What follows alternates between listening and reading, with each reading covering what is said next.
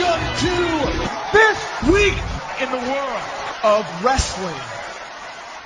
Welcome to TWitWoW, the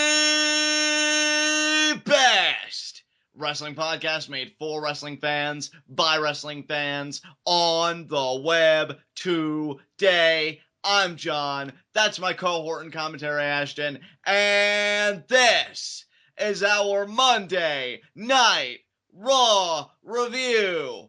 I'm going to be honest with you guys, for me, I did not completely loathe this show, but I do feel like errors were made. There were certain segments that were executed that I feel like could have been done a bit better. So I'm going to use that old terminology that you guys have heard me use before. I'm classifying this as a middle-of-the-road Raw for me. There were some things that made me pop, some things that made me groan, and some things that really just didn't get a reaction out of me whatsoever. Ashton, what do you think of this Raw tonight?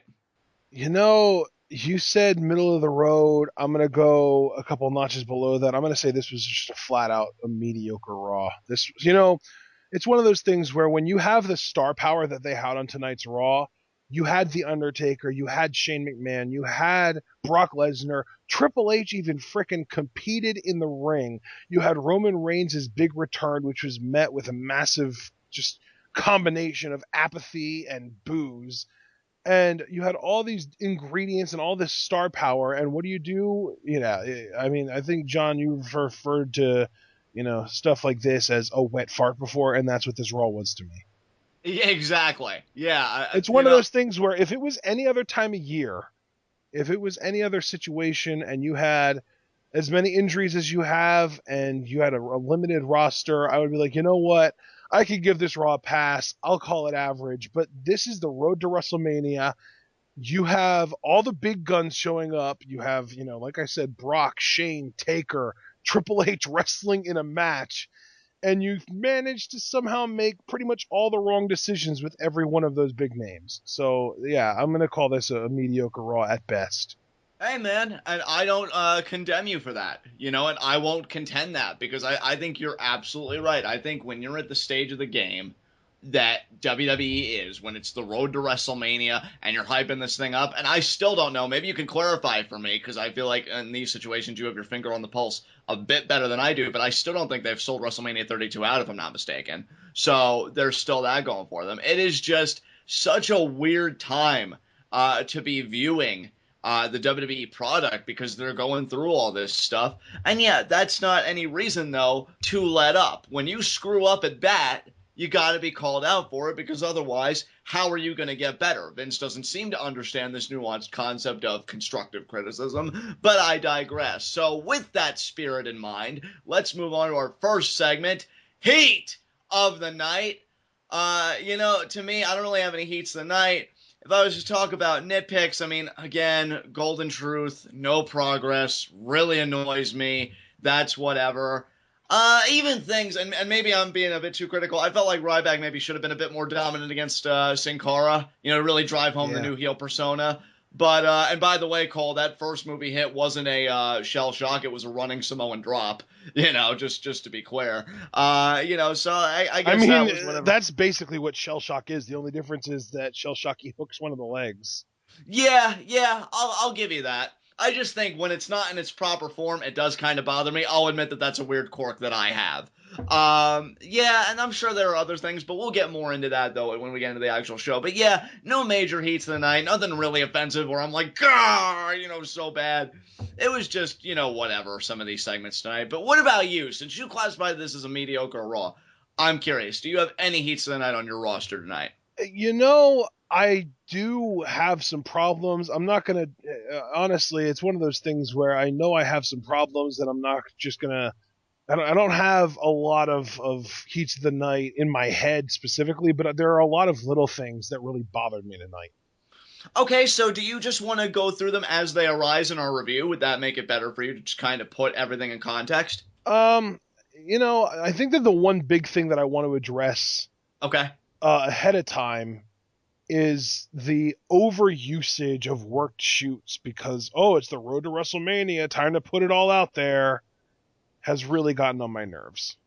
Now, are we talking about, I'm assuming you're probably talking about Dolph's interaction tonight with the Authority, right? Well, I mean, that's one example. Another example is Charlotte's interview that she had.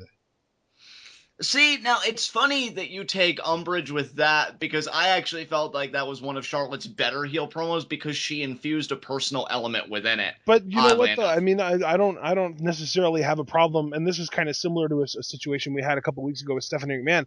I don't necessarily have a problem with the promo in a vacuum, but Right. when you take a step back and you realize, okay, well, she's referencing real life situations with Becky and Sasha, and Sasha, having to hold her hair back, puking before her first match. Like, that's a little bit more inside baseball than I'd like. And then you go to the fact that Ziggler had his thing that he did tonight, too. And then later on in the night with the whole Vince Shane Taker thing. And there was just, I feel like they're peeling back the curtain to an unnecessary degree because they're that desperate to try and sell Mania. Yeah, now that, when you look at it as a collective, and to your point, if you don't individuate every segment and kind of look at it in a vacuum, but you look at it more holistically as a collective for this build to WrestleMania, I certainly believe your criticisms have merit. Personally, with the Dolph thing, that would be another nitpick I have, but again, like you, I think it would be better in context to address it more throughout the show. I feel like Stephanie kind of killed his momentum early out of the gate because he said one line and she's like, oh, pandering, very John Cena of you, Dolph, or very, Cena-esque. And I'm like, wow, give the guy some breathing room to work with. But I get what you're saying because when you have something like a ward shoot, I mean, these are things, much like, when we were talking about factions in our top 10 list of things that WWE could do better. Again, check out that commentary if you haven't. I think the problem is when you take things that are special, like factions or like work shoots, and you oversaturate, it's going to be met with groans after a while because then you see it for what it really is. Not a special moment, in the annals of your television program, but as a cheap marketing ploy or as a cheap creative ploy because we don't have anything better that we can feed through the pipeline. So I think on those starting merits, to feel more and more Russo-esque as time goes on. Yeah, and I can certainly see where you're coming from, man. So I'm glad you brought that to the forefront. Yeah. So that was one big one. Another big one was that I just feel like there were a lot of completely pointless matches tonight. I think, if you want the absolute perfect example and something that I could say is almost like a symbol of pointless matches that didn't need to happen, that that took up a segment that could have been used better otherwise, the Usos versus Bo Dallas and Adam Rose. I did not care for this match at all. It's so funny too, dude, because I even said about the Social Outcasts that them shilling Burger King's like new hot dog, like that was one of the highlights of the show for me because I just think Social Outcasts on a comedic level are just so good. I mean, you even said to me in conversation like Curtis Axel has a direct line to your funny bone. Yeah. But it's funny, and this may make me sound hypocritical, and I want to apologize to our audience. I like Social Outcasts in that vein, but I feel like in ring, I have a disconnect from them because they're just like any other job or team. I was so invested in them the first night when they confronted the Wyatt family, but now they're just like, oh, we're here just to occupy TV time, just to keep the show moving along. They don't really have that dimension to them where it's like, man, these guys are more interesting than, say, other tag teams of this kind of build. They just get fed to the Usos, who really, again, I have to say, why do they need this build-up? I mean, they're already two-time, if I'm not mistaken, WWE Tag Team Champions. They've already, been to that pinnacle. They are, to me, the tag team division, like them in the New Day. They run it to me. It's so funny, too, because I know there are still people that are kind of hanging on to the hope that we'll get a multi-tag match, multi-team tag team championship match at WrestleMania. And I think that the writing is on the wall and that, no, it's just going to be New Day and the League of Nations in a 6 or possibly 8-man if New Day decides to add someone in tag team match. And see, like, that's another thing, too, when you talk about, like, little nitpicks with this show. Yes, to me, I don't know if you'd agree, I guess we'll get more into that specifically in the review. League of Nations and New Day had a fun interaction tonight. But after the fallout of that interaction, which we will get to, like, why prolong this? It's really the same question I have with Jericho and AJ. As much as I like both guys individually, where is the viable route for progress? Yeah, I think that the big question has to, and the question that I feel like the WWE fails to ask on a very consistent basis is, what is this character's motivation for doing what they're doing?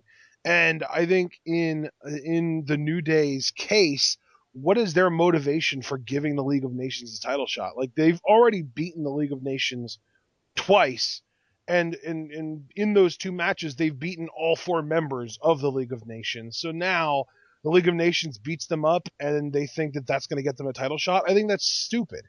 Yeah, it's really funny, Ashton, because when you go over this WrestleMania card, and maybe you're inclined to disagree, but I feel like even though, if I'm being honest, Ambrose and Lesnar is the match I'm looking most forward to, if I'm being objective and I take the mark out of the equation and I look at this for what it is, the Divas Championship triple threat, I think, is the most coherent match on this card. I agree. Dude, I completely agree. And that's the thing, too, is like, I feel like so many people are looking at, oh my God, that match is going to be amazing. That match is going to be so much fun. That match is going to be crazy. I don't care about the matches if the people participating in them have no reason to be in them in the first place. Yeah, that's really what I think is killing this WrestleMania. I mean, it's bad enough that this WrestleMania is housed in an atmosphere that I think is very pernicious right now, with just the injuries and pernicious in layman's terms, John? Well, I mean, just very injury, like, it's not good, to put it in the simplest way possible. It's just very damaging. That's a good word to use. Very damaging to WWE right now that WrestleMania 32 is in this environment with the injuries and the writing, which, granted, I mean, this isn't a new problem as far as the ladder's concerned and all of this other stuff.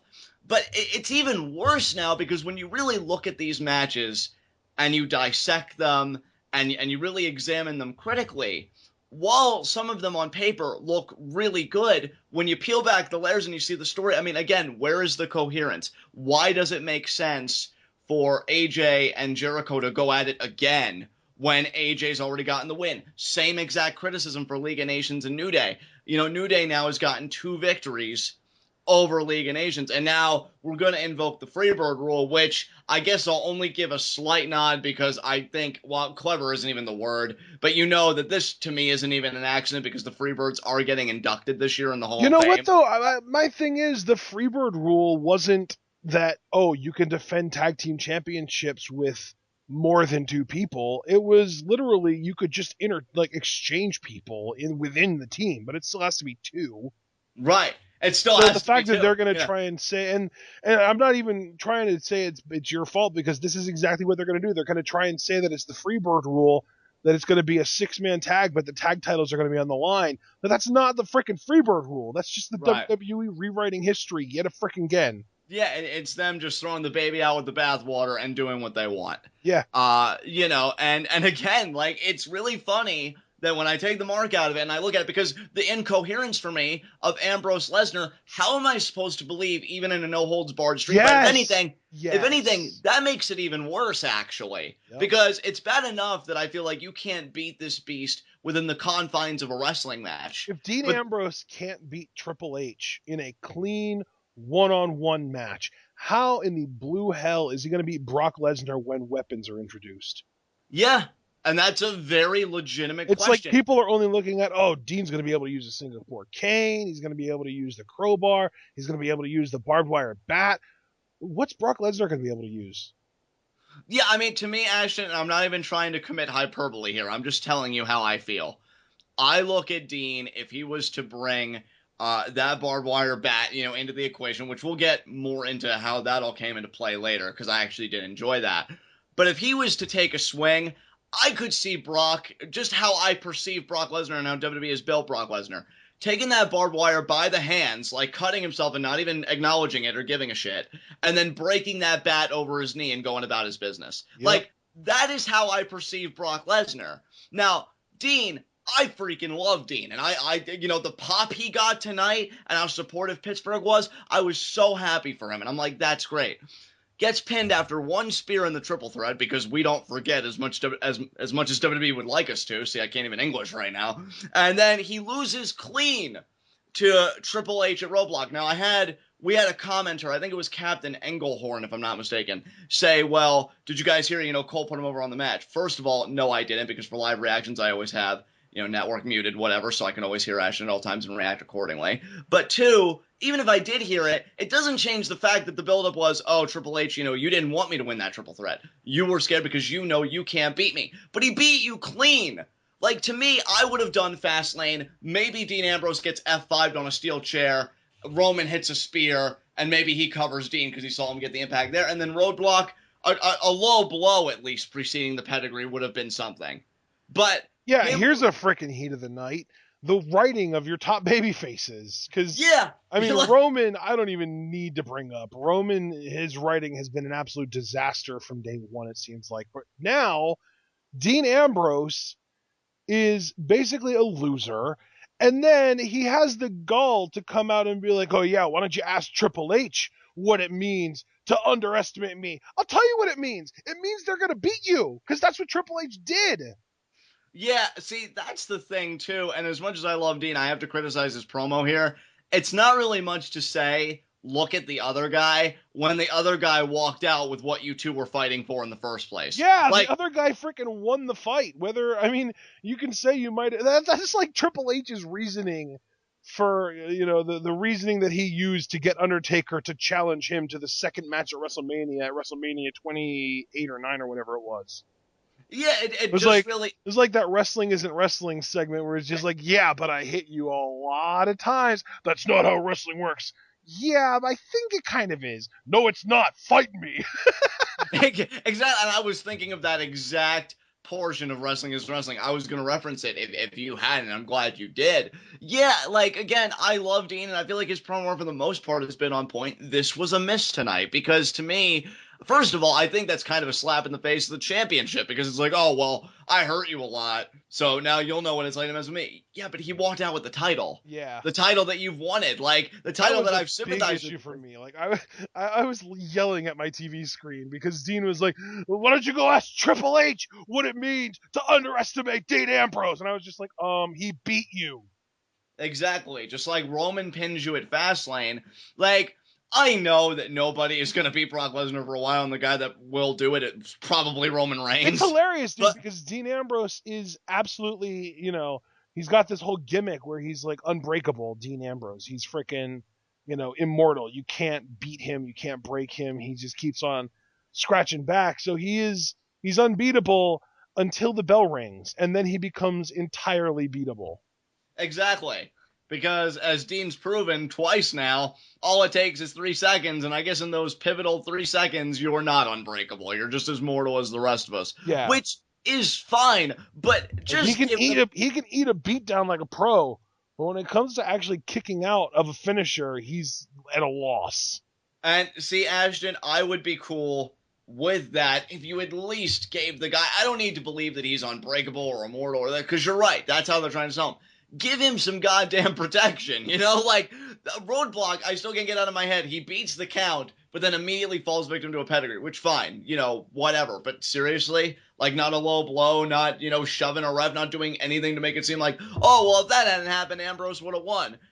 You don't give a shit. Nobody, Well, I think that they thought that effect would happen with Dean having his foot under the rope.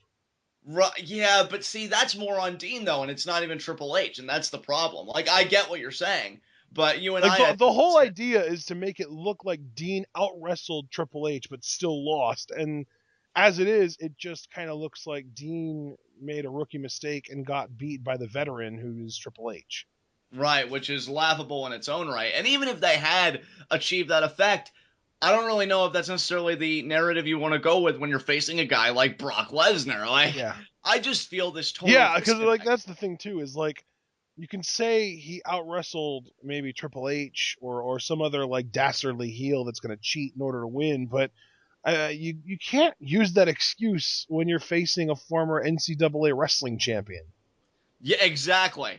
You can't use that excuse when you're about to face a former UFC champion whose bread and butter in the octagon was wrestling. Precisely.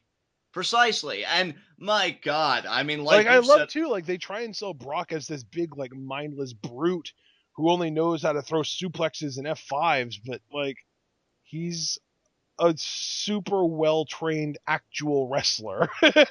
Exactly. He is. I feel like that's lost on the WWE. Well, yeah, I mean, he is a collegiate freaking monster. Or at least that they expect it to be lost on their audience. Exactly, which, because nobody cares enough about our product to actually research it further, except, most people. I even remember watching the video of Brock Lesnar's NCAA championship win. Like, the guy's a freak in there. And yet, you're absolutely right. It's just like, oh, well, he's a mindless guy and suplex city and all that stuff. He's far more nuanced than that, and I feel like they're lucky that they build Lesnar the way that he does, and they've gotten away with it for so long, because it doesn't make Dean look so bad, but it's still bad. Like, that's the thing. And then, like you said earlier, we don't even need to touch Roman Reigns. I laughed my ass off when the first mention of Roman Reigns in a promo Triple H had tonight. Yeah. Crowd just pounced on it, man. And it's funny, too, because the exact reference was, you all love Roman Reigns. Boo! And then a couple seconds later in the same promo, Roman Reigns will fail. Yeah! Like a lion to a fucking carcass, my friend. Yeah. Like a lion to a... They did not waste any time. And didn't we... Correct me if I'm wrong, Ashton. Correct me if I'm wrong, because I want to keep everything straight. But didn't even you and I and like people like outside of the WWE think that Pittsburgh may have been kinder to Roman Reigns because it was I know I for sure thought that they would be more kind. He's gonna get eaten alive next week in Philly, and then Brooklyn the week after that. Oh my god! And now he can't hide anymore because he did emerge tonight. That nose finally healed. I mean, if anyone, Triple H now has the right to hide because he got destroyed by Roman the exact same way that he destroyed Roman. And here's the thing, if Triple H is on the show next week, all that does is make him look like a trooper and make Roman look like a prissy boy bitch. Yeah, because wasn't it you who said, or was it something I saw on Twitter, that it's funny that everybody says, like, oh, Roman Reigns is the next John Cena. John Cena wouldn't have missed a week with the broken nose. No. Roman was gone all this time, and you know what? If I keep talking about it, like, this is just going to be the review, like, oh, so let's just formally get into. I'll talk about Roman more in depth when we get to it, because believe me, folks, we will get to it. But for the time being, let us get into our Monday Night Raw review. We open up with the New Day. I love how you're so casual about it. Like, let's not even make any bones. We need to talk about this because there's so much wrong with the show. Right? Because I realized you and I were really getting in a groove, and I love it. But you know how we do things here, so I just want to go through the card. We open with New Day versus League of Nations. Now, which was a great way to open the show. I want to give them credit where it's due. This entire first segment did a great job of achieving what it set out to do, and that was establishing the League of Nations as awful people and brutes, and establishing the New Day as newly, freshly turned baby faces that the crowd loves and needs your sympathy. And you know what? Since we're giving credit, I have to give credit too.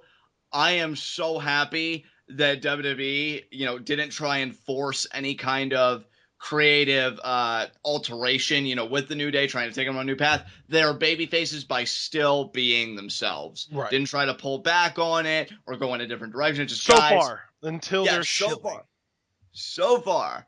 So let's hope that they stay course, because it's like, guys, just do what you've been doing, but really target the heels. League of Nations, I will say, whether it's xenophobia or whatever, really are the perfect foil for a newly faced New Day, because crowds are just going to pounce on them anyway, again, if for no other reason, because this is my country, and you're not from this country, and, all that crap. If you don't like it, leave it. Exactly, and my guns, always got to get that in there somewhere. So, yeah. Fun matchup. I enjoyed it. I was getting into Big E's hot tag. I like that, if it is true, because commentary said at one point, well, the WWE Universe is called, like, his suplex is the belly to booty. So, good stuff. Big E's just a lot of fun in there. I even saw some people tweet, like, they just see him having the potential to be WWE World Heavyweight Champion, of which I am certainly inclined to agree. Yeah, we've seen what he can do in NXT as a main event talent. Exactly. Yeah, I even referenced his time in NXT, so you and I have got that ESPN going on something fierce right now. Xavier Woods, and that's Mean Girls reference number 1 on this episode of TWitWoW. Let's see how many more John can keep up. Exactly, yeah. Prepare those livers, folks, because I could go all night long. That's yeah, what she said. ooh. But Xavier Woods in here, I liked it. You know, if there's one nitpick that I would have of New Day, because the dynamic works so well, I have to classify it as a nitpick. I do wish Xavier would do more in-ring work, and that's not even meant to be like, oh, New Day sucks, like, just the opposite. They're so great, and I've seen Xavier in-ring both in WWE, you know, NXT, whatever, and TNA, like, I know how it work, and I miss it. You know, so if anything, I would Well, we got it tonight. And we got it tonight, and I felt like he did great. He replaced Kofi Kingston. Exactly, and Kofi, you know, playing cheerleader in there. Is it just me, or just the way JBL says Kofi sounds like coffee? It's probably JBL. I won't give that one to you. It probably is him being him. So I will. He's a horrible person. Yes, and I will say this too. Another thing this match did right, if I'm not mistaken, because WWE references Twitter and social media and stuff, Rusev was the one who called out Xavier Woods on Twitter saying, you're nothing but the New Day's cheerleader, and yet they have the finish be where Xavier pins Rusev having the tights. So if I've got my facts straight, I actually thought that was really smart, because here the guy is talking crap, like, oh, you're just the cheerleader, and he gets upended, like all that momentum just gone, gets caught up in the roll-up by Xavier, and Xavier gets the last laugh. Well, at least until the post-match, but you get my point in context. So, good stuff here. Fun opener. I mean, Ashton, what did you think of it? Like I already said, this was a really, really good segment. They achieved exactly what they set out to achieve. The match itself was fine. Del Rio seemed like he maybe even stepped it up a little bit in this match. And yeah, I did enjoy this segment. I think that what I enjoyed most about it was that we opened up an episode of Raw with a wrestling match rather than a 20-minute promo. Yes, dude. Like when I heard New Day's music, because I knew they were going to be defending the titles tonight, I'm like, man, that's so great. Like, way to It's refreshing. Yeah, that's exactly the word. They broke the formula. It was refreshing. You get right to the action. And I will say, I felt like the pacing of this show, at least for the first hour, I enjoyed the pacing of the show. I was hoping they would have kept that pace all 3 hours. Because, you know... the pacing, I think, was on point. It was just the content that was missing. Yeah, you know what? You're probably right there. I think it was just the content that made me feel more disjointed than the actual pacing. Because, I felt like you did great here with the match. Post-match, you know, they really wanted to send that message. Maybe the beatdown went on a little too long for my liking. Yeah, dude. You know what, though? I think the beatdown going on too long was the intended effect. I think it was supposed to get to a point where it felt uncomfortable to watch, because then that's how you know you're in, like, get the League of Nations away territory. Like, people friggin' hate them. Exactly. And, you know, you have them celebrating and doing the wave after, which, I'll be honest, does make me giggle every time they do it. You know, but again, it's just, as much as I like the New Day, and hell, I'm even taking a little bit more of a shine to League of Nations, since they're kind of up in the ante a little bit with these guys, and they're getting them in the mix. But you lost twice, so I can't blatantly ignore the incoherence factor in all of this. So, yeah, they really put the boots to New Day, give everybody something, and, you know, they leave. So New Day retains, but they get beat down afterwards. Anything else you want to say about this?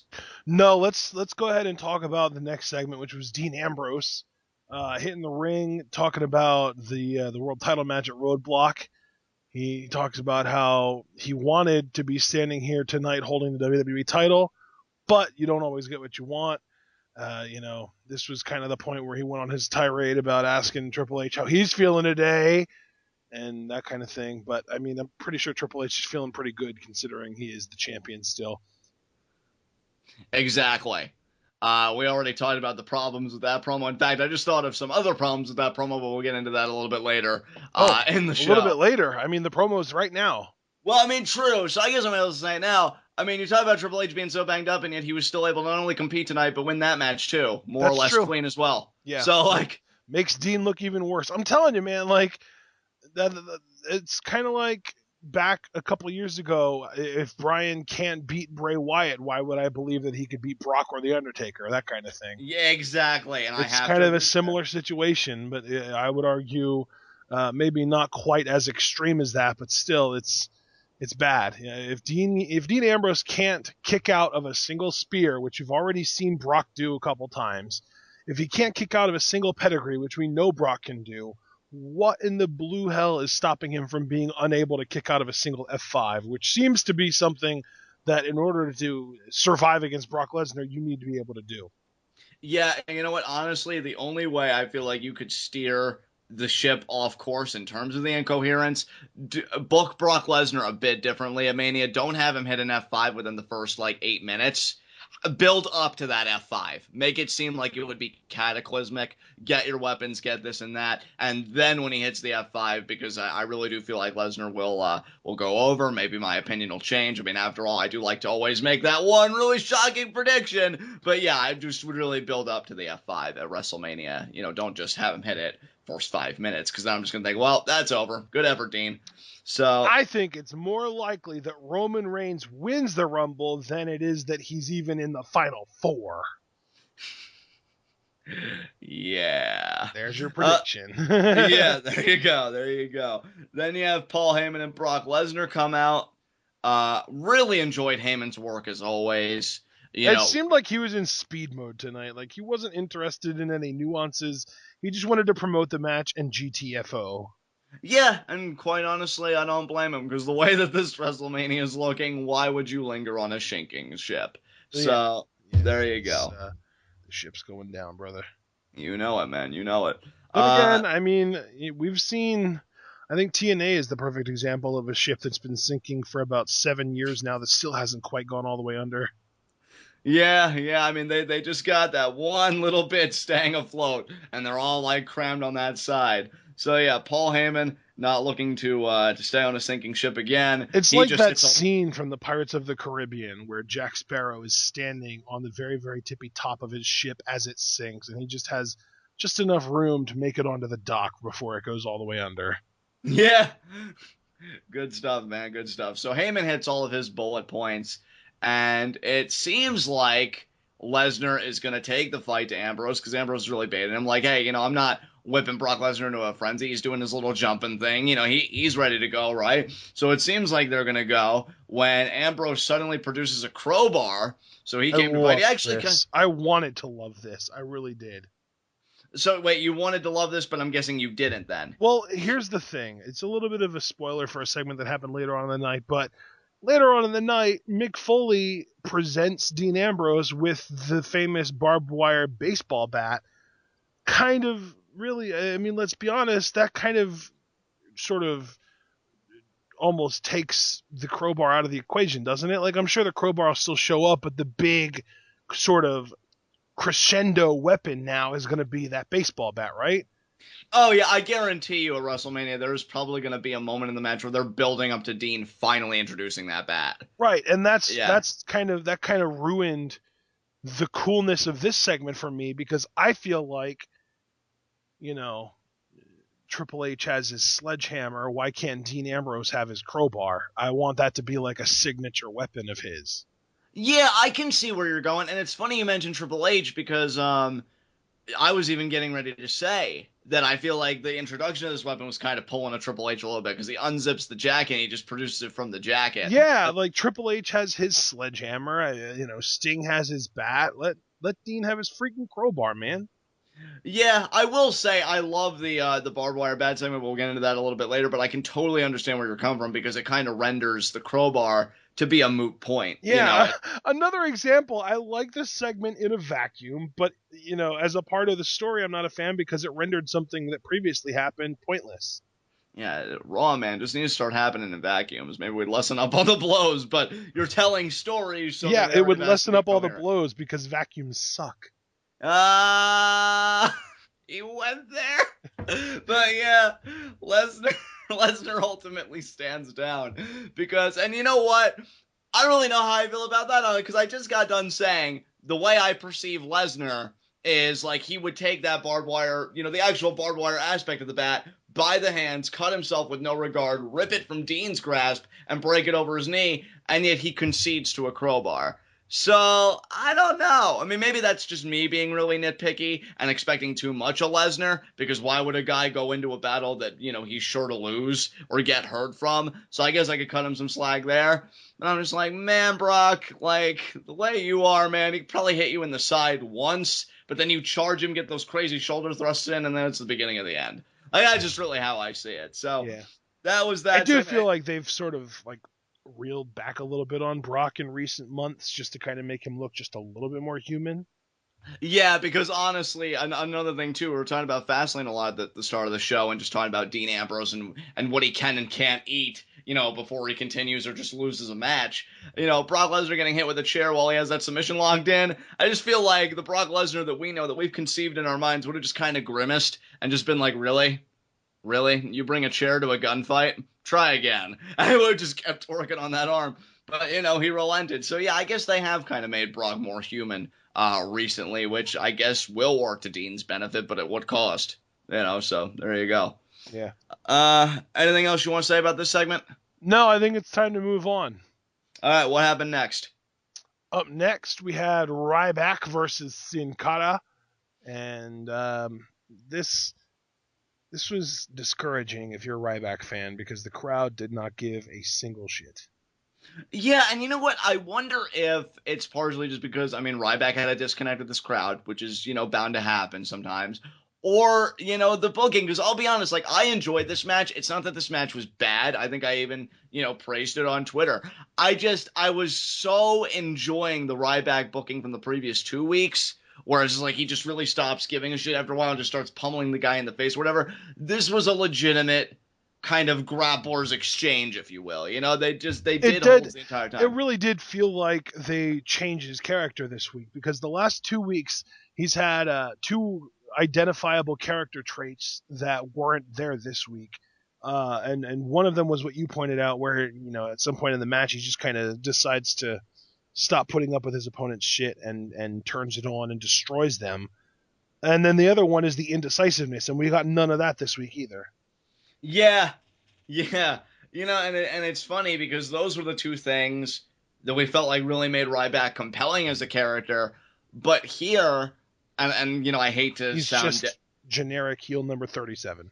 You know what? I'm glad you said it, because I was even going to say I don't want to be denigrating, but he just seems like another big kind of monster. Like, oh, look at me imposing my will on this guy that's weaker than me. He's basically the muscly version of Kevin Owens right now. Yeah, without any of the person. As I much was as I just love gonna say, Ryback, with less charisma, yeah. Oh my God! And Kevin Owens, we'll get to him. Thankfully, we will. Yeah. But yeah, he Ryback didn't have a match tonight, but he did have a segment where he influenced a match. Yeah, and he had glorious presence. But then again, that's 24/7, 365, so that's stating nothing new. 366 this year. That's right. Look at you. The Ryback gets the win after two shell shocks. Technically, 1 year on Earth is 365 and a quarter days, which is why we add the extra day every 4 years. Again, people, renounce that college education anytime you're ready. We're right here. So, Till yeah. Bernie wins presidency, and then you can go have college education for free. Exactly. Get out there, do your civic duty. At the expense of who? The billionaires. Exactly. Who, quite honestly, considering, an alleged billionaire, even though he's just really a millionaire, runs this company, they can all suck my left nut. Yeah, I said it. It's funny. I thought you were talking about Donald Trump there for a moment. Yeah, him too. Believe me, there's a lot more that Donald can do, but this is not the time nor the place. I'm telling you, man, if Donald Trump adds Vince to his ballot, I might consider voting for him. Oh my God. Well, it's like I told you, if you know you're going to hell in a handbasket, you might as well have a few yucks on the way there. Right. So, yeah, I really couldn't blame him, man. It's just like, yeah, that's assuming Hillary wins the Democratic nominee. Which, again, not the time or the place, but I don't think she will. I'm just going to leave it at that. But, yeah, Ryback gets on the mic afterwards, calls out. Yeah. He was full-on heel mode and not indecisive Ryback, which I much prefer. Yeah, it could have been like, Sin Cara. Again, I'm not going to do the impersonation because Ashton slays it already, but, Sin Cara, you put up a good effort there, but once again, a little guy falls to a big guy. And, I think it would have been cool if he would have, discredited Sin Cara while giving credit to Kalisto. Look at that. Just watch. That's a perfect example of a good big guy beating a good little guy every time. But Kalisto, I know you're the United States champion, so I respect you. Exactly. Yeah, that would have been great. But more or less, yeah, it's just like a generic heel promo. Like, I beat this guy, so what about it, Kalisto? You, me, WrestleMania US Championship. Kalisto doesn't answer at the time. Ryback just walks off. We know this match is going to happen. And as excited as I am for it, and I do think these guys can do something special, it is a bit perplexing that you give these two guys not nearly as much history as Kevin Owens and Sami Zayn the one-on-one matchup when the IC title is probably going to be a multi-man. Again, I ask, where's the sense of it all? Let's just have them both be singles matches and add in like a Money in the Bank ladder match to the show. Because like, I get that you have a Money in the Bank pay-per-view, but I miss Money in the Bank ladder matches being on WrestleMania, and then you have an excuse to have both of your mid-card title matches be singles. Yeah, I mean, I agree with you. And plus, since it's like one title now, why not just have a championship ladder match? Yeah. Like, you know, I know you can't really call it Money in the Bank anymore if we're doing it with a briefcase, but I mean, WWE doesn't really care. WWE ladder match. The Exactly. pay-per-view gimmicks. Exactly, like just call it WWE ladder, a WWE ladder match, which would just make me laugh every time. Hey man, it's no worse than Hell in a Cell or tables, ladders, and chairs. Yeah. Oh my god. So do that, but yeah, do that. Get a freaking Money in the Bank match with like, I don't know, like Luke Harper, AJ, Jericho, Ziggler. Obviously, it's not going to be Neville anymore, sadly, but. Oh yeah, we have to talk about that later. Yeah, like pick from your selection of good workers and then add in whoever the hell you want to win, because obviously that person wouldn't be in the list of good workers because you're the WWE. Exactly. Unfortunately, Kevin Owens wouldn't be in it because, you know, he's busy building up the Intercontinental Championship. So you're welcome. Well, that's a given. Come on now. Yeah, exactly. So anything else you want to say about this segment? No, I think we can move on. Up next, we had this Stephanie McMahon thing. She comes out for the sole purpose of introducing her husband, and then Triple H comes out. Triple H, man, you know what? There were two different instances tonight where I just thought to myself, man, what a frickin' pro. And this was one of them. And the other one was regarding Chris Jericho, and we'll get to that later. But Triple H, man, what a frickin' pro. This promo had me seething in my seat, and I don't even have a boss that I have to answer to anymore. But I remember when I did, and Triple H pretty much just kind of reiterated every single thing that I thought when I did. So Triple H, the character, go screw yourself, and Triple H, the actor, you're brilliant. Yeah, he did really well here tonight. I enjoyed the promo, but again, I have to say the same thing that I said when he had the great promo on SmackDown a few weeks back that we covered. It's just a shame that he's not working with a babyface that's worth the investment. Yeah. Because, you know, and that's... Yeah, and we'll talk about the result of this promo, this brilliant heel promo that should have gotten any babyface that goes against him over. We'll talk about the result of it in like 25 minutes. Yeah. I mean, you know, and I hate to be that guy, Ash, and I do, because I completely agree with you. This was brilliant heel work. Triple H commanded that mic. I loved what he said, because what he said, whether we want to acknowledge it or not, is the truth, because we live in a system where you have to answer to the guy above you, even if they make you eat shit all the time, because if you don't, you go from eating shit to not eating bread, period, because you got nowhere to go because you probably lost your job. Of course we'd love to buck authority. You know, we'd love to give it back to them and do whatever, but we can't, because we know that doing so equates with forsaking our livelihood and any chance we have of maintaining it. And he spoke to that truth tonight, and it was a magnificent job. But it's to a babyface that I only use that term because that's what they're trying to get him over as. I've never seen Roman as a babyface since they started this project.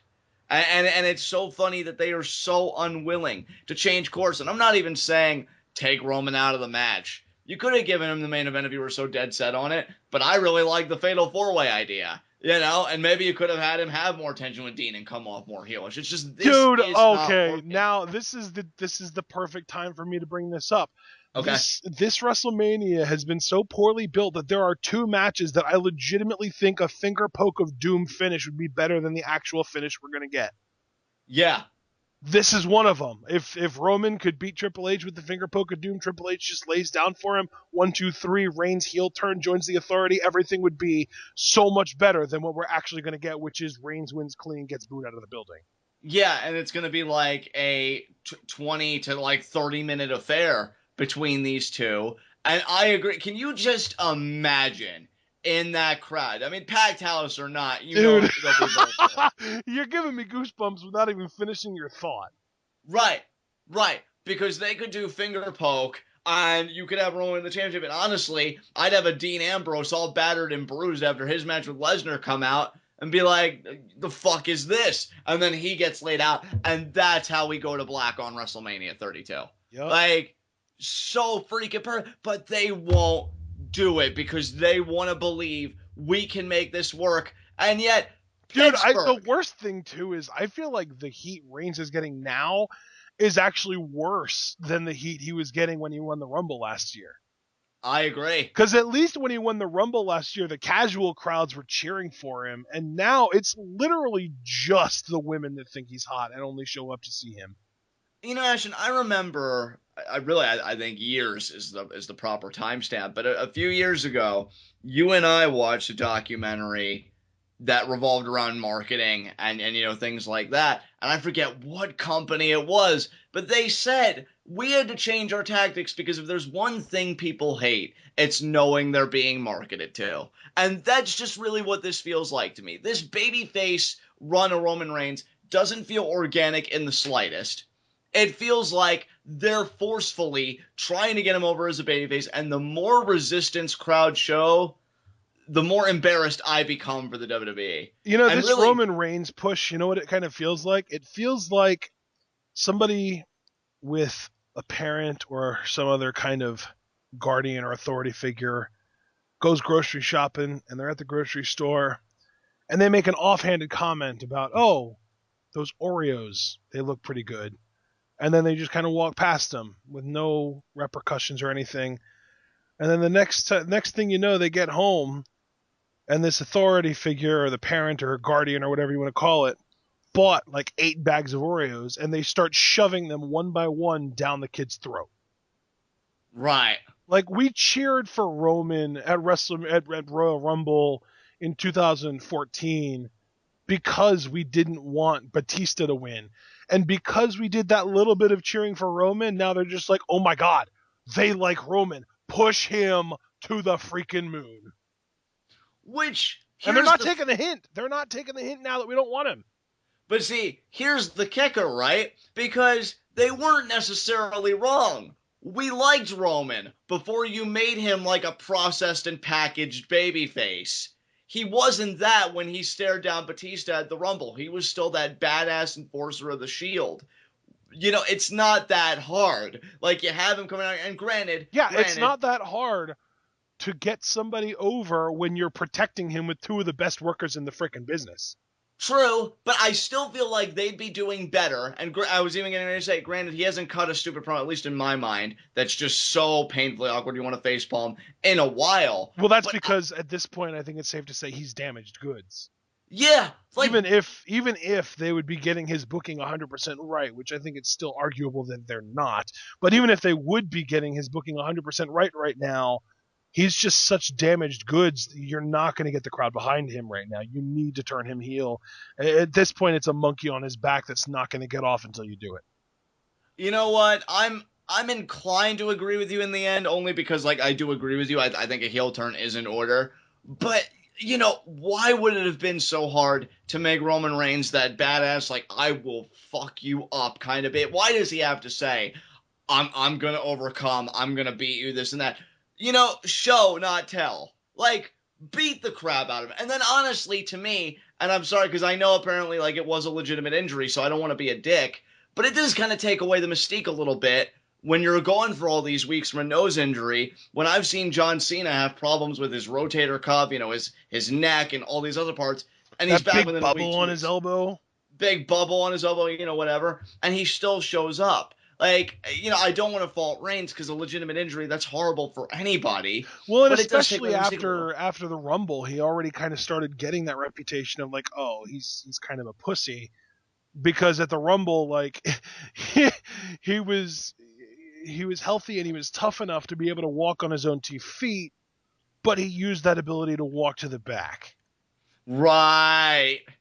Yeah, I didn't like that either. He didn't tough it out. He went to the back, and then he came out when he was fresh again, and then he started unloading, and he still lost anyway. Like, just even recounting those memories, Roman Reigns has been so mishandled. And he didn't even lose dirty. Like, Triple H threw him over the rope in about as clean of a way as you can possibly get. Right. And granted, Roman's back, was turned, but I'd never recall that being dirty in any other Rumble. Yeah. You got to keep your eye on the prize. And see, that's the thing, Ashton. Even recounting these memories, it's such a tragedy because, and I'm not even saying Dean specifically, though I do always envision him in that spot. You get a great heel promo like this, and what does it do? As evidenced by Pittsburgh, the answer is absolutely nothing. And that is such a shame, dude. Because great work going to waste because Vince McMahon refuses to admit when he was wrong. This is Triple H actively restraining himself to not pull a Triple H. Yeah. And even that doesn't do anything. It's like must not put self over, must keep focus on Roman. And for what? Must not make fun of Roman Reigns' face. And for what? Nothing. And that's what's so infuriating because, and I've told this to people before, whether it's on TWitWoW when you and I are conversing, or Twitter, or conversation, or whatever, I like Roman. I think the guy's getting a raw deal here. Because I think he could be doing so much better right now if he was the heel and he was coming out in that suit. He doesn't even have to say, it's irrelevant. Though I would love him to. I'd freaking love him to. It's Roman Reigns time. Yeah, just like that, right? It's like, oh, I'm sorry. I didn't hear your boos over the sound of me checking my Rolex. Like, give me something, man. But he comes out, and then it doesn't help. Like, I don't want to jump ahead and jump the gun, but when he's doing the big segment tonight, who are 2 people that come and restrain him? The Usos. Because nepotism.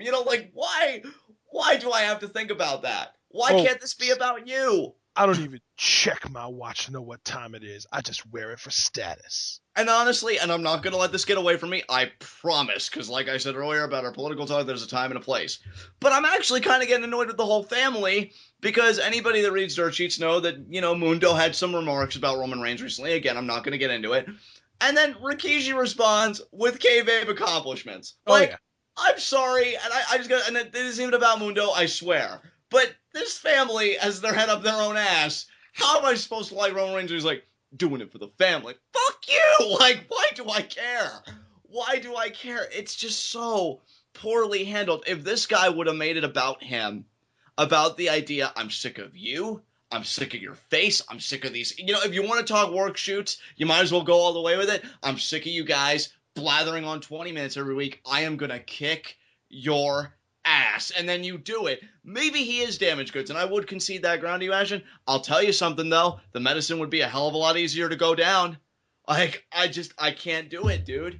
It's so bad. And don't even ask me. Ask Pittsburgh. The one place where you, me, and I think a lot of other people thought, oh, well, they'll spare Roman Reigns. Yeah, turn him into spare fucking ribs because they put him over the freaking fire. Like, just nothing, dude. And it's sad, right? Because, again, we go back to the central point. You have a quality heel here and Triple H that's really committed. And say what you will about the guy, because I know they were saying things about him with Dean Ambrose and Dolph Ziggler tonight. And fine, I guess that's fair game. But at least give the guy the credit that he's trying here. He is trying here, and I just feel like you know what, dude? nothing. I'm going to go ahead and say it. If they don't turn Reigns heel at Mania, I want Triple H to retain.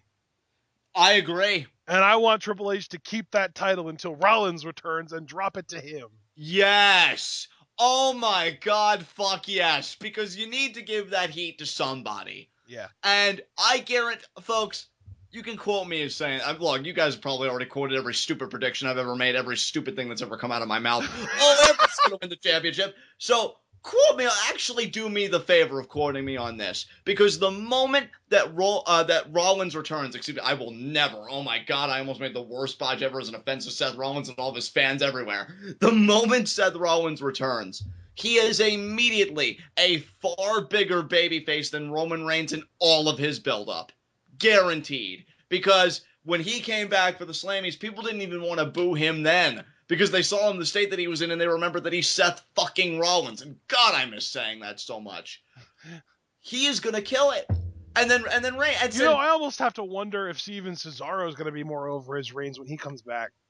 I have to believe. Well, I mean, do I be the dick? Screw it. Yes.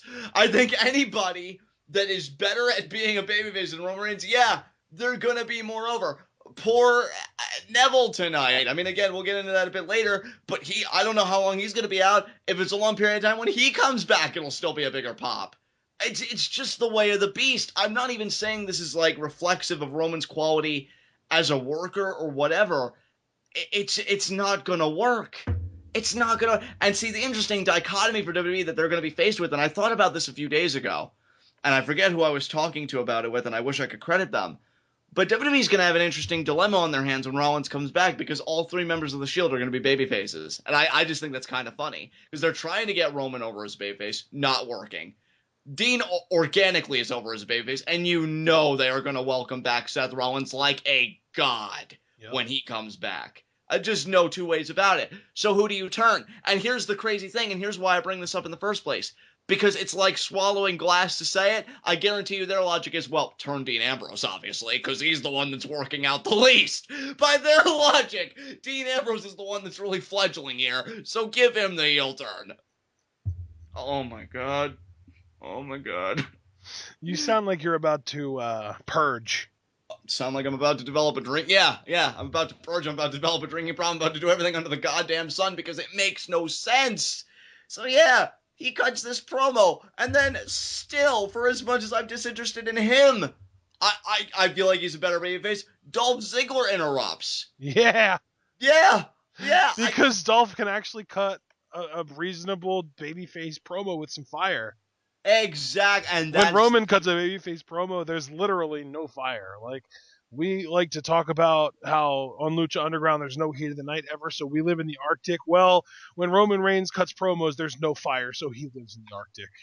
I mean, really, with Roman Reigns, you might as well just be really honest with your promos, and when you come out, you should just be like, bullet point 1, I'm gonna beat you. Bullet point 2, believe that, because it's clear you're reading off a goddamn amazing. Yeah. I want somebody with that self-aware of a gimmick, please. Yeah. That sounds like the perfect Ryback gimmick to me. Yeah, and then it's like, bullet point 12, believe that. Mic drop out. Because it's clear. And he actually says mic drop before he drops the mic. Yeah, that would, mic drop. Did it. Oh, yeah, I killed it. Yeah. But he literally, like, reading his hand, mic drop, pose. And then he drops the mic and poses.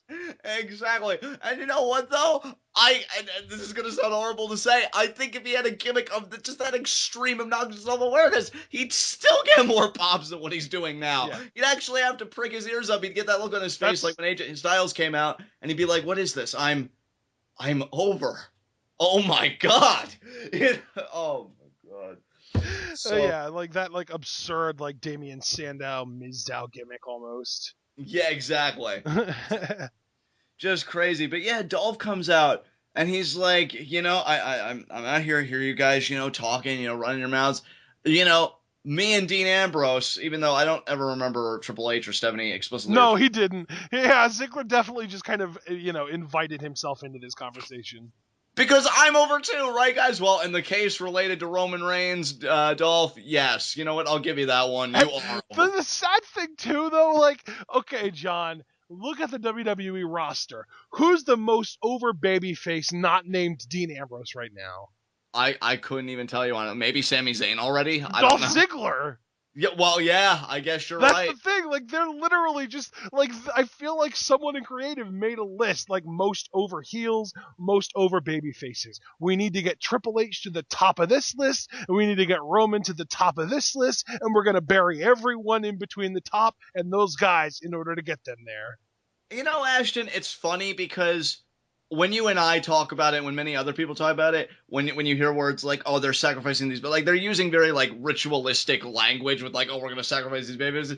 And when you look at it in that dimension, it's really disturbing the lengths that Vince will go to make this work. Oh, yeah. I can just picture the panicked creative writers, those poor things. I'm almost envisioning them as like fragile little rabbits. Oh, well, Vince, what do? Sacrifice Dolph Ziggler. Sacrifice all of them. Reigns has to get over. Damn it. And, like, it's just that whole thing. I love the little cough in there, too, whether you even tried to do it or not, because it made Vince seem like this weak, sickly old man who has that one last task he needs to do before he leaves. I thought the task was leave, as in die, and, that's just me being Johnny Scumbag, though. I apologize. But, yes, I did insert that cough because I am just so sick of him, and I'm so sick of his face. But... Dolph, yeah. You're sick of his face, but his face main evented tonight. Oh, God, it did. We'll get to that. That would have been a heat of the night, too. Yeah. The McMahon family drama main events another Raw, despite Triple H and Dolph putting on a freaking clinic. Yeah, and that, we'll get to that. I don't want to jump the gun, but Dolph, yeah, hitting all the targets. Me and Dean, we're not failures. I'm sick of this. I just had to come out here. I had to say something. Steph, of course, and that was another nitpick. I praised Stephanie a few weeks ago, even when you were critical of her World Shoot promo. I thought I had her back. I can't have her back tonight because she pretty much just said, very John Cena of you. First of all, that's a problem because this is, Dolph's time, and, you should really give him that breathing room. Don't go and just try and kill his momentum already. But then to specifically use Cena, who's not on the product because he's injured, and they made a big thing about him missing WrestleMania this year, don't bring him into the public consciousness in Pittsburgh. Yeah. Because, honestly, actually, it's crazy. I don't know if you've seen the same thing. I'm actually seeing polls and, opinions come out, No DQ, Twitter, all those places. People are missing John Cena. That's where we are right now. I haven't heard people be like, oh, it's so great without John Cena here. No, because they realize the value he brings to the product. And you know what it is, though? What's that? People miss having a guy that gets shoved down our throats that actually has the ability to talk a crowd into liking him. Right. Yeah. Roman Reigns does not have that ability. I guarantee you, John Cena comes back. Crowds are going to be like, oh, please don't ever leave us again. We're so sorry. We didn't know how good we had it. Roman's just awful, please. It's just going to be that whole thing. And grass is always greener on the other side, brother. Exactly. So, yeah, way to just bring up something really awful just by mentioning Cena's name because he's not going to be at WrestleMania this year, which I will say, with no qualms, bums me the hell out. Because the guy was doing... Well, yeah, because he was going to be Taker's freaking Mania opponent, and now... We've stooped as low as to bring Shane McMahon back and have him get destroyed. Yeah, and now I guarantee you that course is changed completely because I'm already telling you, I'm calling it right now. WrestleMania 33 is going to be John Cena's 16th world title win because they're going to make such a big deal that he missed WrestleMania this year that they're going to make WrestleMania 33 this big redemption for John Cena, even though it was. So are you also officially predicting that Reigns is going to hold the title for an entire calendar year? Would it really shock anybody? I mean, no, it wouldn't shock anybody, but I'm only saying that because I've been predicting that next year's Mania is either going to be the Shield triple threat or Roman versus Cena. And it's probably going to be Roman versus Cena, so you know what, Ashton? I'll double down. Yeah, Roman's probably going to hold it for a calendar year because why not, right? They're already so committed to making this work. WWE is not wanting to look at the reality in front of them. And I think that ignorance would go to the point of, oh, we're going to have Roman beat everybody that would be preferable to this crowd, face or heel. And it already kind of kills me to think about because I think Ryback's going to be one victim. I hate to say it. I feel like Kevin Owens is going to be another one, even though he deserves far better. And yeah, they're just going to have Roman steamroll. And then John Cena, who might actually get over because people just hate Roman that much, is going to come in and finally get that 16th title win. How hilarious is that? The one thing that could possibly get Cena over with the masses, somebody else trying to be him. Exactly, right? It's like there can only be one John Cena. I say that Cena sucks. I'll never say that you suck, Roman. You don't deserve it, Roman. But yeah. I have hated John Cena, the character, since 2006, and you're not going to take that away from me, Roman. Exactly. But yeah, I still respect the man. And see, Stephanie just proved our point. By bringing up John Cena, she even got us off track about Dolph Ziggler. So, Way to do your damn job, Steph. But yeah, Dolph comes out, he's spitting that fire, and then Stephanie's like, oh, dangling the job over his head, which Dolph rightly retorts, how many times have you done this already? There comes a point where you just I don't love fear it to. anymore. Last week you threatened to fire me over a tweet, woman. Exactly. So why am I going to fear it now? I will never quit. And then that was another thing. You want to talk about Cena-esque? He did say a lot, like, I will never quit. I'm not going to quit. You can hang it over my head. I don't care. I love this business. I live in this ring. I'm going to do it for these people. I'm great at what I do. And, Stephanie, and this is where it does get interesting until the matchup, which was a great matchup, but, outcomes up for debate, I'm sure, with a lot of people. She's like, oh, Dolph, you won a match at WrestleMania, right? You win your match tonight. You get to be in any WrestleMania match you want, save for the WWE World Heavyweight Championship match. I love that she's just insecure enough to add that part. I know, right? Like, just like because we don't want any of the babyface momentum that's clearly going to go to Roman Reigns to go to you because there's going to be so much of it to go around, right? So, yeah, you can't pick that match. But yeah, any match you want. Now, Ashton, correct me if I'm wrong, because I do need a bit of context on this, because I honestly forget. Was Dolph's career on the line in this match or no? Like, because I didn't know it wasn't. Yeah, because I didn't know if they put it on the line or not, because that would just seem like the atmosphere they were building with this promo with Dolph just being so defiant, and Stephanie kind of wanted to stump him out, because she even said, like, yeah, that was honestly kind of something else that irked me, was that they built up this atmosphere, like you were just saying, and it basically just kind of amounted to nothing, because, they said, Dolph, if you win, this cool thing could happen to you, but then he ended up not winning, and there were no consequences, and it was just kind of a whatever, no one cares. Yeah, it kind of renders him out, because Stephanie literally had a line in here, this I remember distinctly, she looked right in Dolph's face, and she's like, I'm gonna break your spirit.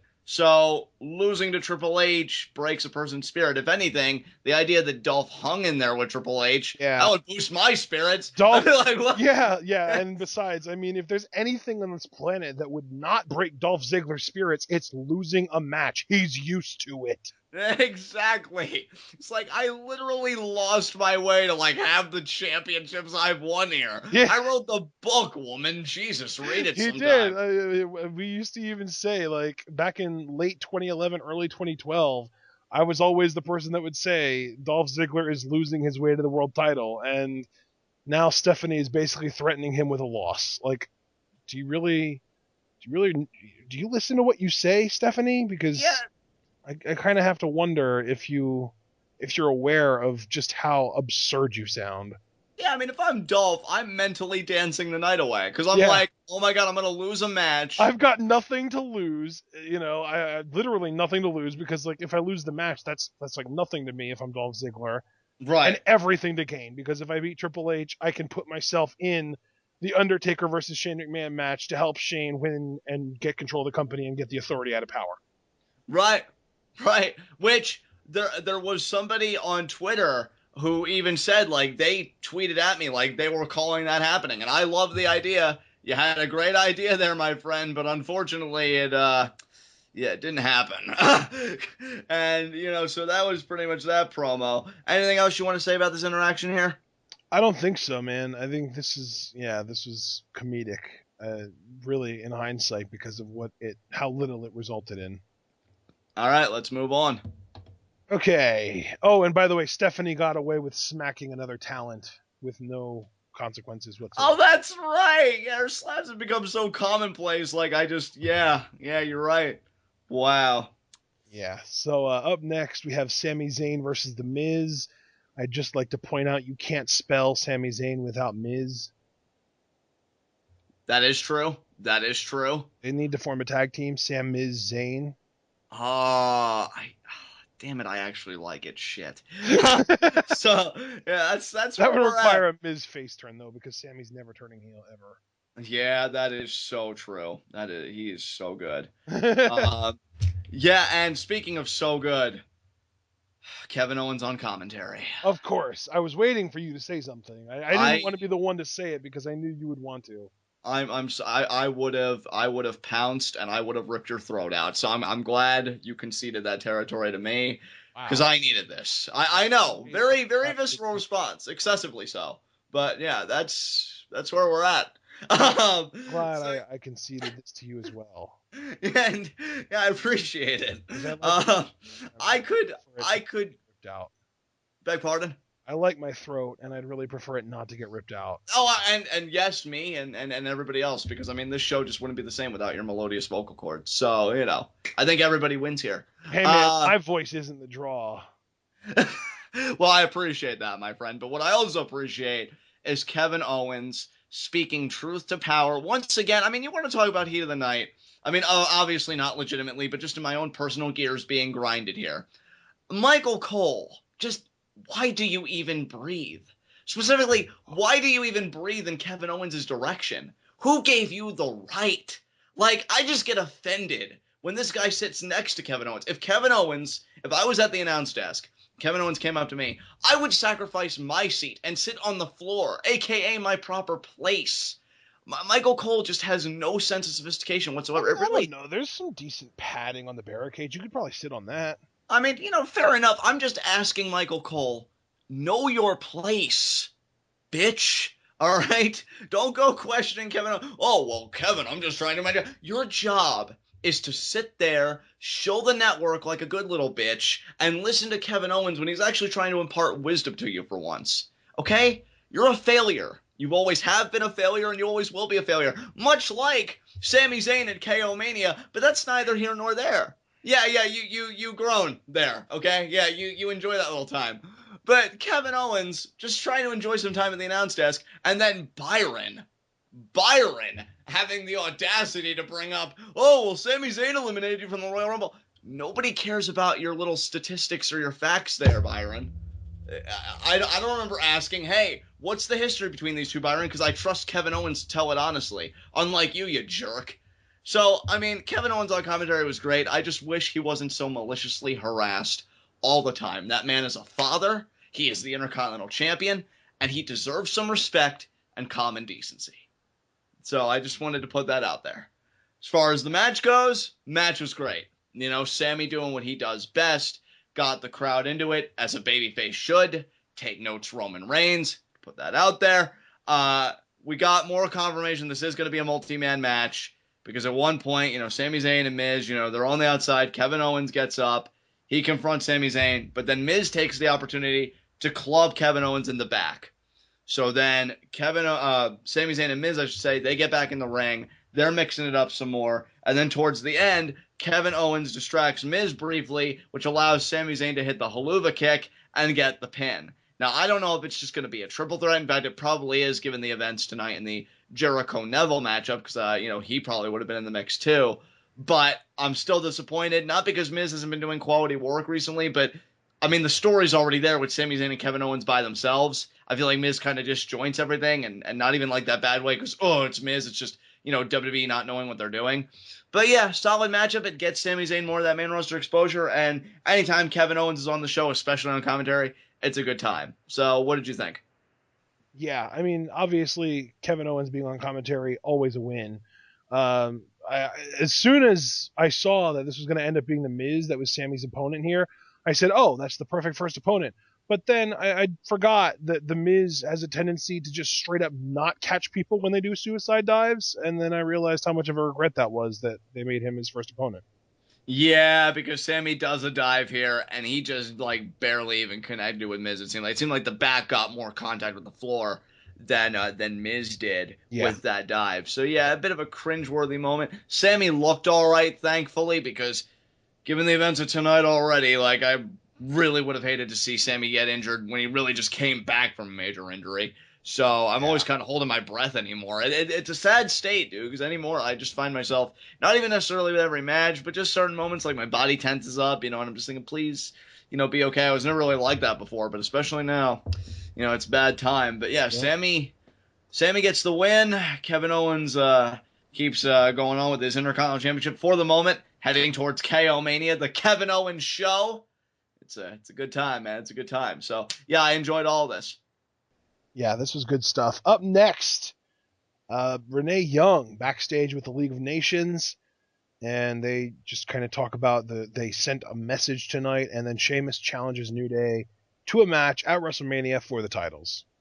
Yeah, I mean, you said everything perfectly, man. I really have nothing else to say to this. I already really had my gripes in the opening segment where we just kind of hashed out what our nitpicks were. To me, this story has no coherence. You've already lost twice, but they're doing it again. It's whatever at this point. Honestly, I'm at a point where the majority of myself, again, there's that part that looks forward to maybe 1 or 2 WrestleMania matches.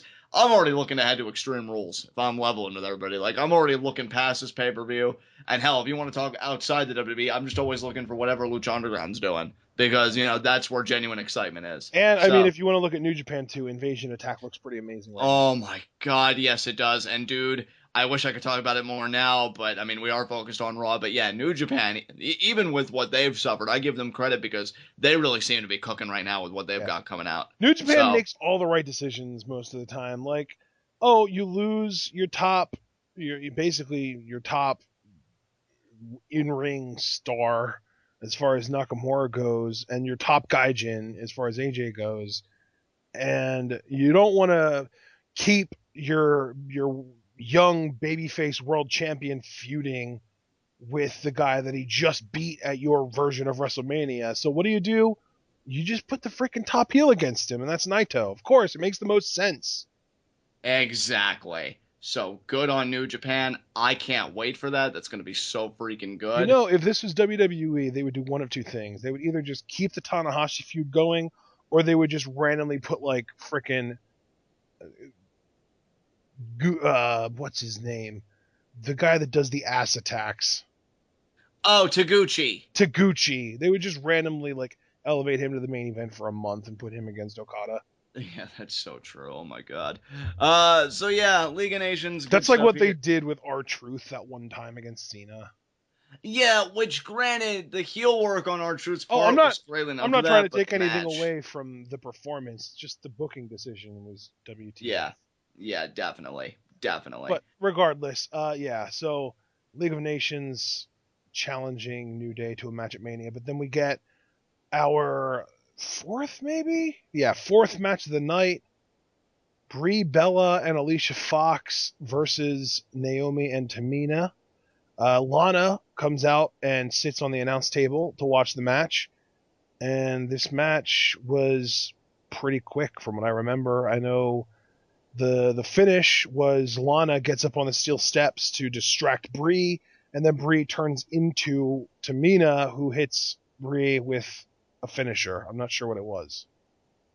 Yeah, probably a super kick. No, you're right. You know what? It was a double team finish. Naomi and Tamina had like a really cool DDT slam thing that they did actually.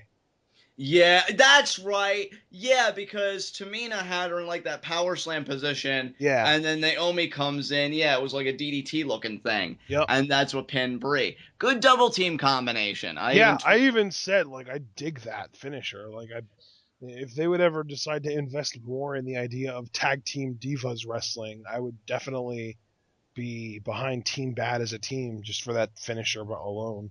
Certainly. I mean, I even tweeted out that Team Bad double team finisher was Bella tested and TWitWoW approved. So, good stuff.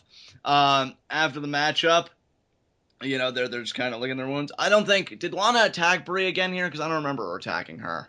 I don't think she did, no. But what did happen was I know that Alicia Fox got up in Lana's face, and Lana just kind of pointed behind her, and then she turned. Well, when I say she this time, Alicia Fox turned around into a double super kick from Naomi and Tamina. That's right, yeah. So Team Bella, man, had a rough night. Man, I even tweeted, like, I wish Alicia Fox would just abandon her ass and just go back to doing her own thing. Like, it is not worth it being a Bella anymore. Nikki was the glue that held this together. We're not winning anymore. It sucks. So, yeah, she eats a double super kick. I feel like this is building up to one of two things. Either a 6-diva tag match, and it'll just be Naomi, Tamina, and Lana versus Brie, Alicia Fox, and Paige, or an 8-diva tag match where you toss Natalya and Summer Rae into those teams. Yeah, probably the 8-person, because we know Summer kind of gave Lana a look on SmackDown. I doubt that she would be babyface, though, in that equation. It'll probably just be like, okay, you want to help me take Brie down and whatever, and then they join forces. And then, of course, we know the Paige side tonight because she had a little bit of screen time, which was good to see. But, yeah, they're probably all just going to be thrown together in an 8-diva tag match. That's my prediction. So, In fact, I loved your line when we were talking about it, because I think it was after Alicia Fox ate the double super kicks and Team Bad were leaving. And you were just like, well, they're really shaping up that 8-diva tag, aren't they, John? And I'm like, yep, yeah, they are. So there you go. Yeah. Up next, though, we had what you were actually referring to, Paige's screen time. She's backstage talking to JoJo, and Lana shows up and brings up Paige's sort of love life issues, I guess you could call them, on Total Divas. So now, again, we have kind of a blending of main roster and Total Divas kayfabe, which you and I are both vehemently against. We kind of have Paige strike back at Lana, telling her about how, you bounce from man to man and you can't seem to, and you haven't even had a match yet and that kind of thing. And anytime you want, we can step in the ring and I'll show you how it's done and that kind of thing. And then Naomi and Tamina show up, and now all of a sudden they're best friends with Lana because they show up to her defense and tell Paige to watch who she's talking to because she doesn't know who might be listening. Which, I'm hoping, but it's not going to happen, because why would it? I would just hope that there would be more nuance to this partnership than, dude, hey, this is the bleakest road to WrestleMania ever, it feels like. It really does. And it doesn't even, and let me qualify it by saying this, it doesn't even feel like a bleak road to WrestleMania where they pull a rabbit out of the hat and we'll come away saying it's a good show. It just does not feel that way right now. Maybe they will. And if they do, I will publicly on live reactions redact all the criticism I have, and I will say that was a good WrestleMania. Storytelling obviously could have been better. You don't need to redact the criticism you had regarding the build. It was still a garbage build, whether the show ends up being good or not. Right. Because to me, why are these women coming together? Because I guarantee you it's only, well, you could go one of two routes. All women hate each other, Margot. And that was the worst one. The kinder one would be, well, we're all heels. We all like, bullying people and stuff. Let's join forces and do it together, which, lamest excuse ever, but whatever. Or you could do the really catty thing. Please don't even try and act like you wouldn't join in on a Johnny Mundo, Seth Rollins, Adam Cole bully session. Okay, that's different, okay? A friendship collage is in the works. Where's their collage, Ashton? I've yet to see it. Sorry, reeling it in. That's how do you know they didn't make a collage behind the scenes and they just don't like airing their personal lives on WWE? You know what? Instagram's a thing. I still want to freaking see it. Yeah. But I want pics or GTFO, right? That's how the saying goes. So get the fuck on it. Oh my God, you actually said that. Yeah, yeah. Get to it, and there better be lots of glitter and sequins too, asshats. But yeah. John. Beg pardon. Just because Naomi has a lot of sequins going on. That, you know what? I wasn't even thinking that. That's just you being the cerebral guy that you are. I never pay anything that kind of mind. So what was the purpose of all the sequins and stuff? Because I feel like a collage is not complete when you're talking about solidarity and friendship without lots of glitter to celebrate it. Damn it, just doesn't work. Just like this feud won't work because the motivations. Way to bring it full circle. Yeah, it's just not going to work because I won't even say transparent because that's the wrong word. It's just flimsy. It's flimsy motivations. Oh, we're all heels, so let's have a united front. Oh, we're all babyfaces, even though Paige acknowledged in the promo, I'm not friends with Brie, so in a kayfabe sense, if Brie was like, hey, Paige, you want to tag with me and take care of these guys? No. Like, you can fine be like, well, they insulted me too, so for a greater good, quote unquote, we'll join forces. But no, I would have just rather we stick to maybe even a 2-on-2. Maybe Lana finds a partner, Brie sticks with Alicia because that's at least already established, and they do it. But you got to give all the women something to do at WrestleMania because you're only now starting to figure out how to write meaningful stories for your women, even though NXT is sitting somewhere and just kind of laughing at you. All of you. So, yeah, that's what I think about all this. And still, I want pics of that collage. So that's all I have to say about that. Do you have anything you want to say about this? I think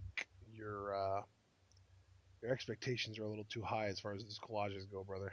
You know what? My expectation, this collage, even if it was crappy, even if it only had one pick on it, is still looking better than this WrestleMania is going to be. So yeah, maybe my expectations are actually quite tempered by comparison. Okay, up next, Charlotte backstage with Renee Young.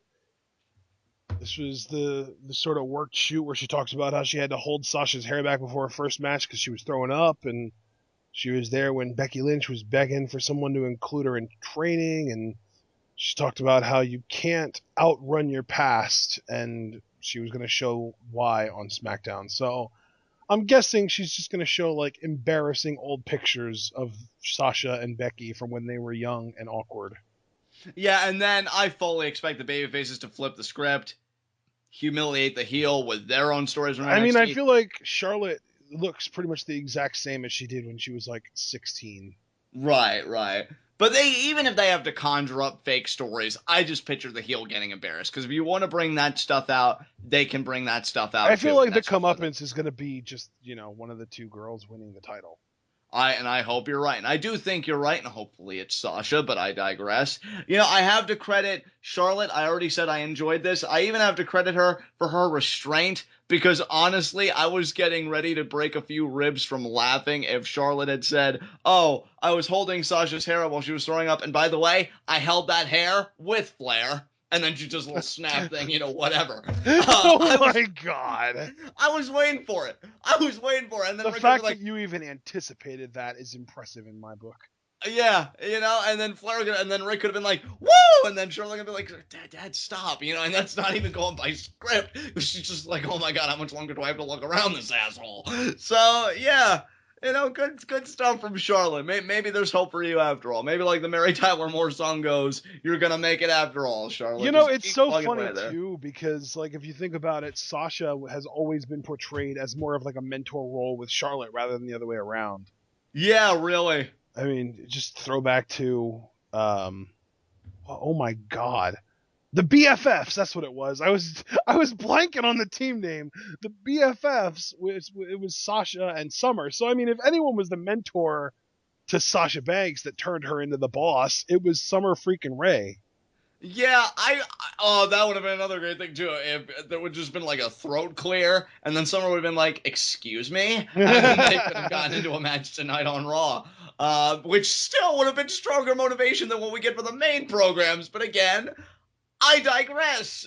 Rubbing the temples counterclockwise. We're digressing a lot tonight. I know, because it hurts to not digress. It hurts to actually bring this stuff out in the open. Because you're right. Like, I didn't even really bother to think about it, but you're absolutely right. Even if you've been, like, following NXT, where's the like, holding Sasha's hair up? Please, they let you run with them, Sasha and Summer. And then you turned on Bayley because you're like, "Oh, well, I want to win. This feels pretty good." And then that's how it happened. So don't be like, "Oh, Sasha's first matchup. That was all Summer.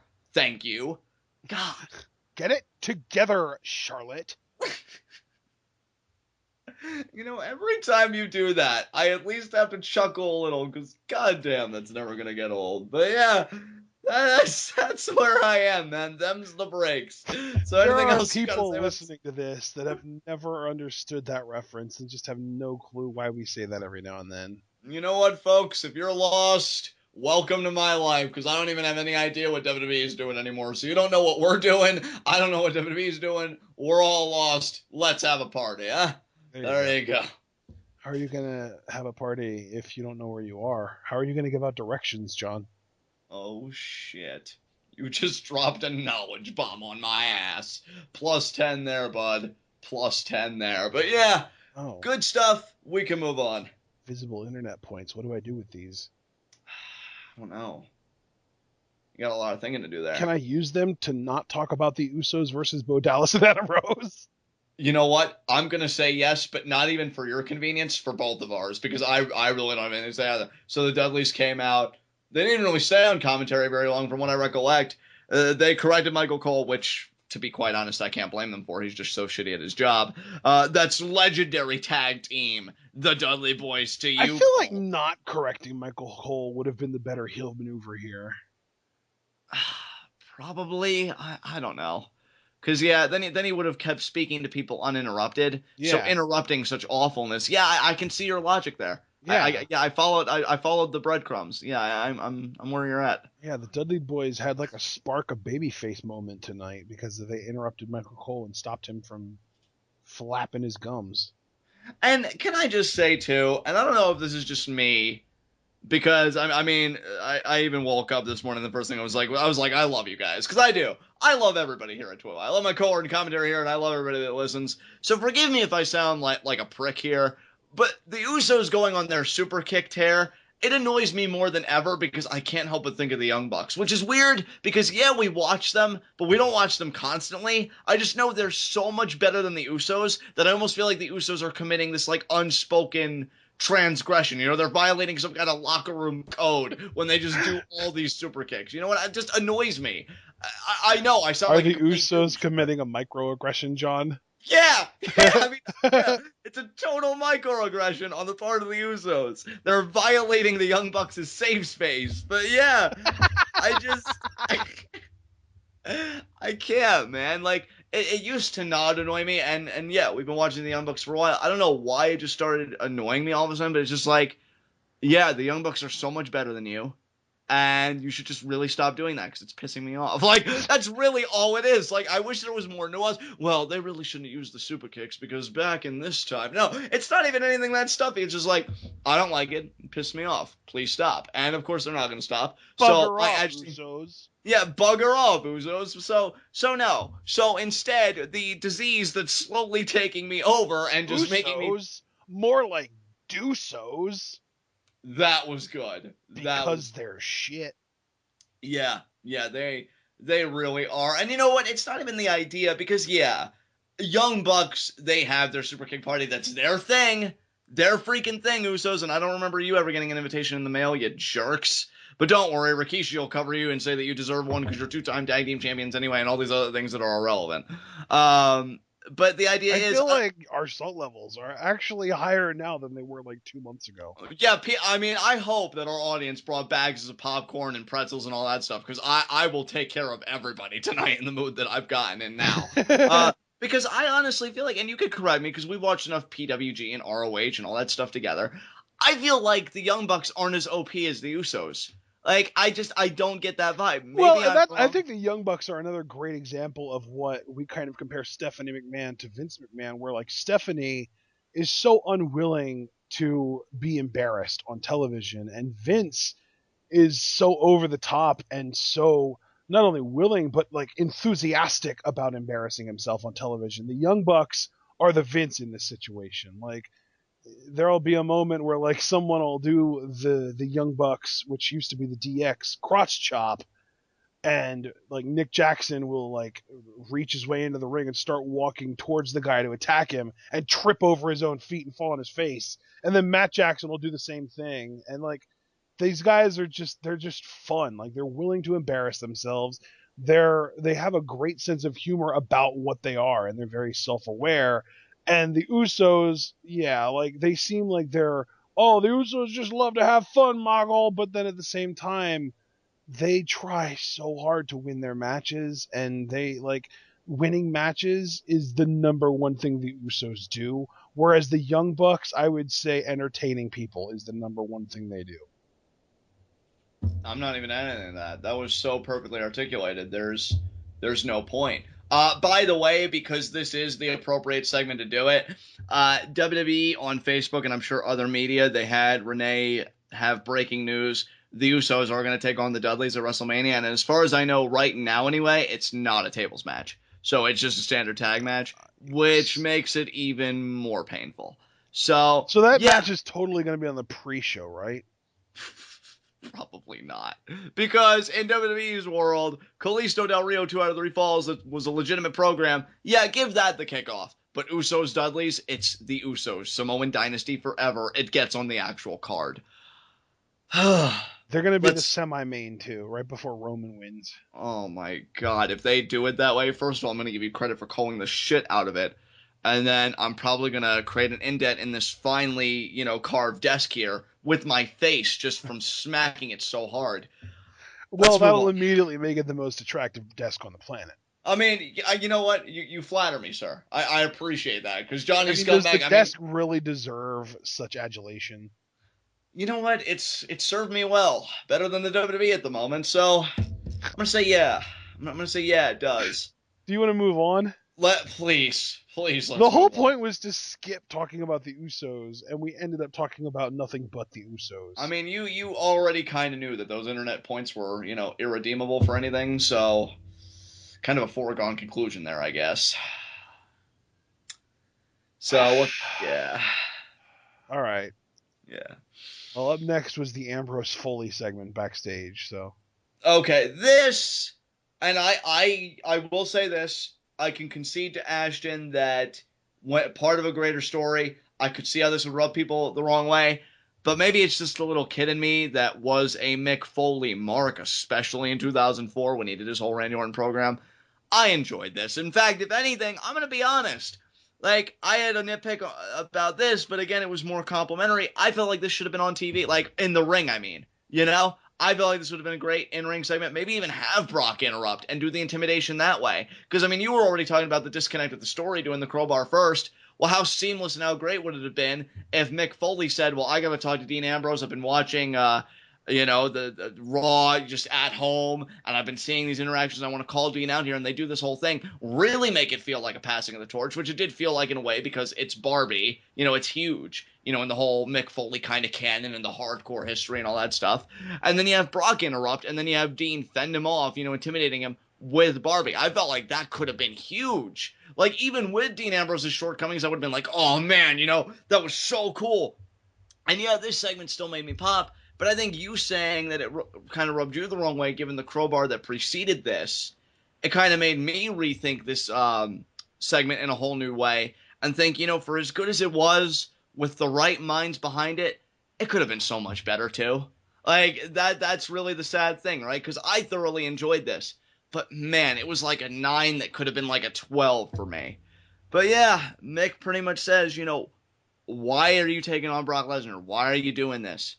Dean says, well, let me ask you something. Why'd you face Undertaker at Hell in a Cell? And he said, well, because, I was Mick Foley. Or he may have even said Mankind, because that's the face that he, adorned, in that match. And he said, that's just what I did. And Dean says, well, I'm Dean Ambrose. And this is what I do. And Mick gets kind of the smile, and he says, that's fine, but if you're going to do it, might I suggest something better? Can I take this? Crowbar isn't bad. But I think you'll find what I'm giving you much more suitable for your needs. And I think another reason why this made me pop was I didn't know if they ever really did have any real life heat or whatever, but we knew about those rumors way back when that they were going to do a program and then Foley abandoned it because I guess Ambrose mentioned his children or whatever, and Foley thought that he crossed a line that he wasn't comfortable, walking, with Ambrose on. So to see them have this segment together in a really sentimental way, because again, it's passing the torch, and Foley even used that terminology himself. And, just to build this Ambrose-Lesnar matchup, yeah, I marked inside. It felt really good. Again, this is another moment that really felt like, yeah, we're on the road to WrestleMania. But again, Ashton, I can't contend your points and say that you were wrong. This could have been so much better in service of the matchup if they just did a few things differently. So I enjoyed it, but even this is not without its criticism. So do you have anything you want to add? No, I think you covered pretty much every base, so let's go ahead and move on. Up next was actually the hands down match of the night, Dolph Ziggler versus Triple H. Probably should have been the main event. I was hoping this would be the main event because I feel like it would have been more likely to be the main event if it was planned for Ziggler to go over, though. Yeah, and let me just ask you straight away. Let's volley this discussion back and forth a little bit. Do you think it was the right decision not to have Dolph go over, or did you not really care, or what was your whole stance on it? Honestly, this is going to sound a little bit strange because I was talking earlier about how I wanted to see Dolph win and add himself to the Shane match. I love this because, like, to me, if Dolph would have won, the first thing you would have seen is, oh, that's great. You have your champion lose to a mid-carder on the way to WrestleMania. That is true. That is true. Yeah, I do have to give that up to you. Yeah, and they dodged that bullet by having Triple H win pretty much clean.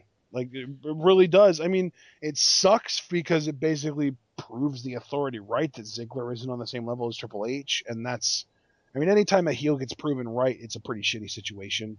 But on the good end, you have your heel champion established as dominant. I think when you weigh the scales, we take your point in favor of Triple H, going over, because again, you don't want to lose to a mid-carder on the way to WrestleMania. When you look at the cons, the only two cons I think of really are they built up this atmosphere again in the preceding promo before this matchup, and it was really just all rendered moot because, again, Dolph loses. And much like Roadblock with Dean Ambrose, Triple H wins this match clean. But even so, even though there's a greater quantity, I think your reason standing on its own is greater in quality than those two reasons. So I think, you know what, I'll agree. As much as, and it was Evan Nagel, by the way, who tweeted at me with the suggestion of adding the Shane Taker matchup. I wanted to give him a proper shout out, so I looked it up. And yeah, it didn't happen. And you know what, though? Probably because, especially with that main event segment, they really want to sell Shane and Taker on their own merits. It's just, well, now what does Dolph do at WrestleMania? And another reason why I was cool Triple H going over, I should add, now that I have context that really nothing was at stake for Dolph. This is just another loss. So it's not like, oh, you create this atmosphere and you have this stuff for Dolph and you render it moot. No, it's just you created this atmosphere and you just kind of threw it away. So yeah, Triple H gets the win. Great matchup. I think the two best things they did.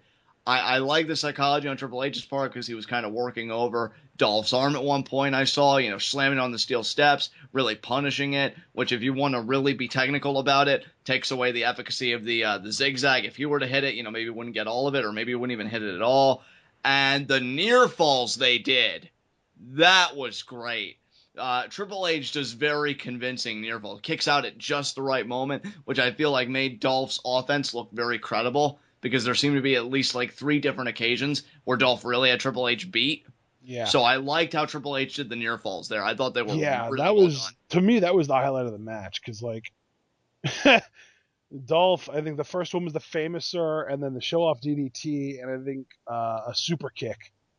And on all 3 occasions, Dolph covered Triple H and the ref's hand was no more than like 3 inches from hitting down for 3. And Triple H just got his shoulder up. Like, that. I knew, like, there was such little doubt in my mind. I knew Ziggler was not going to win. And I was even more sure that he was going to win, that he was going to not win with any of those moves. And I still jumped because Triple H waited so long to kick out. And I will say, you want to talk about, what WWE does right, which we always like to give them credit where it's due.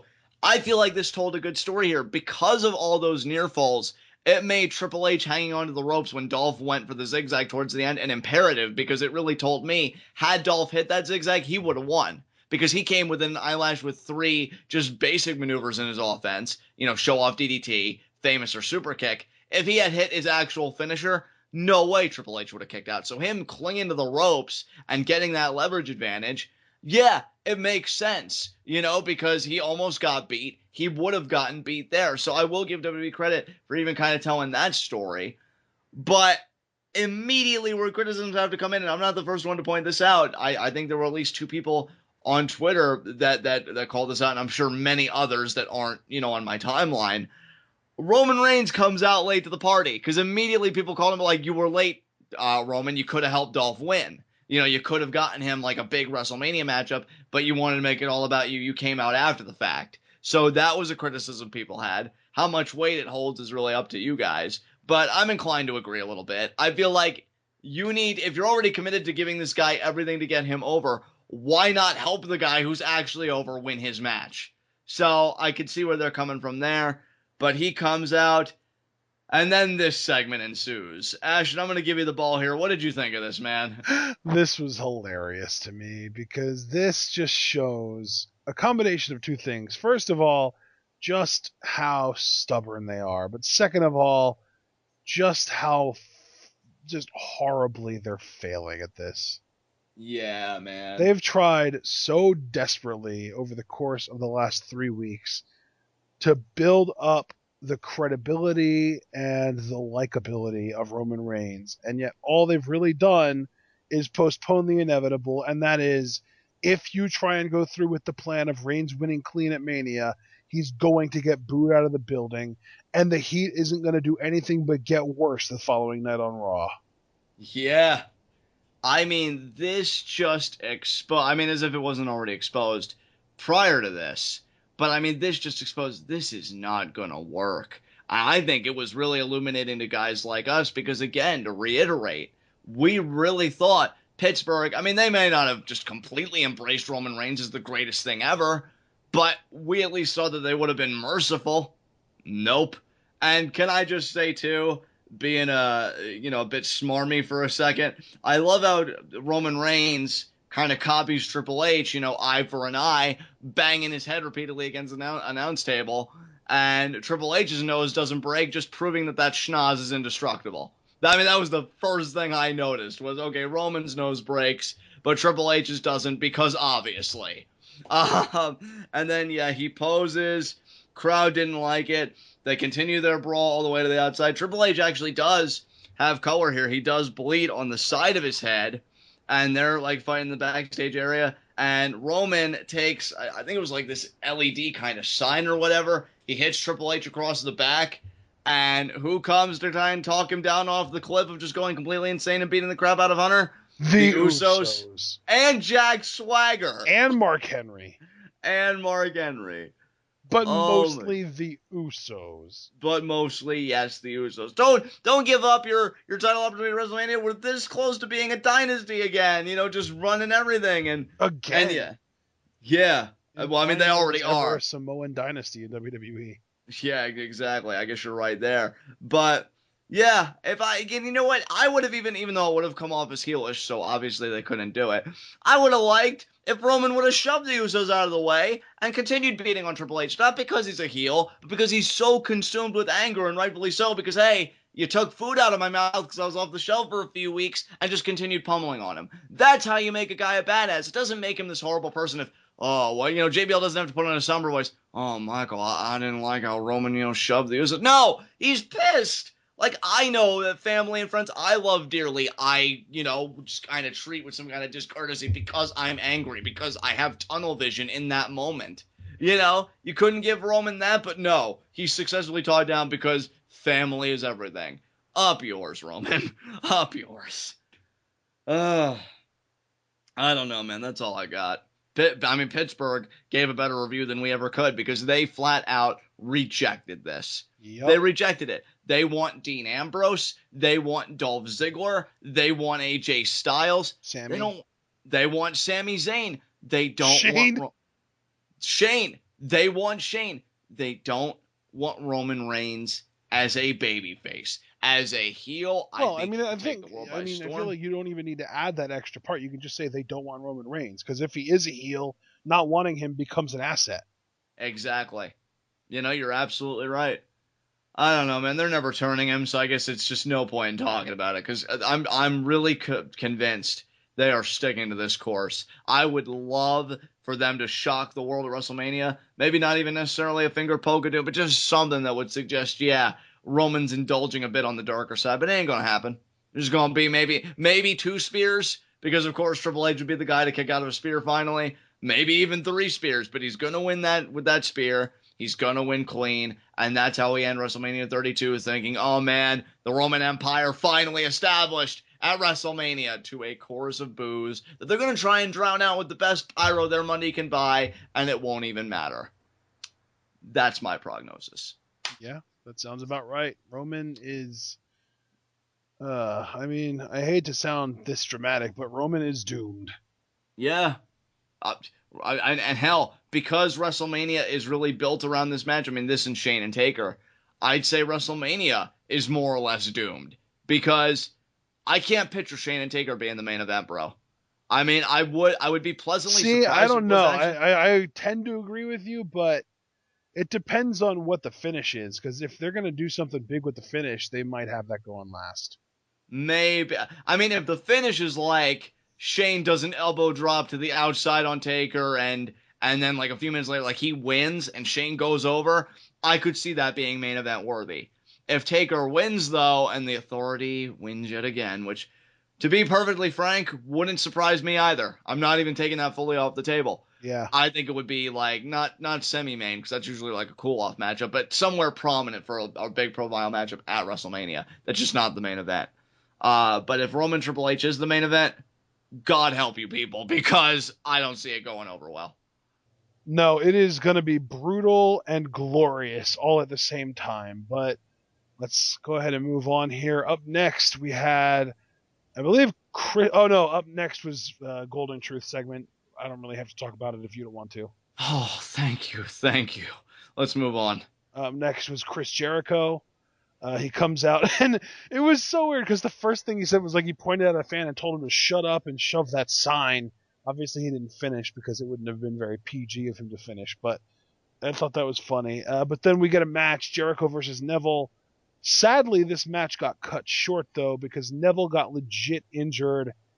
I will say that this was actually the second time. I referred earlier that there were two moments over the course of the night that I just kind of had that thought like, wow, what a pro. And this was the second time because Jericho goes to roll Neville up.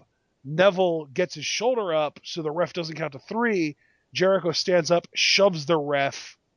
Great improvisational little trick here because then the ref can throw the match, call it a DQ. Jericho loses, Neville wins, and everything goes according to plan. And then after the match, Jericho cuts another promo, which I'm guessing was also improvised because this was meant to kind of fill up the time that the match would have filled had it been able to go its full length. Yeah, this was great coverage by Jericho. Allow me to just say now to get it out of my system, it sucks that Neville was injured. I'm hoping it's nothing serious. I mean, god damn it, Well, man. it was clearly I think it was his left ankle that he was selling. Yeah.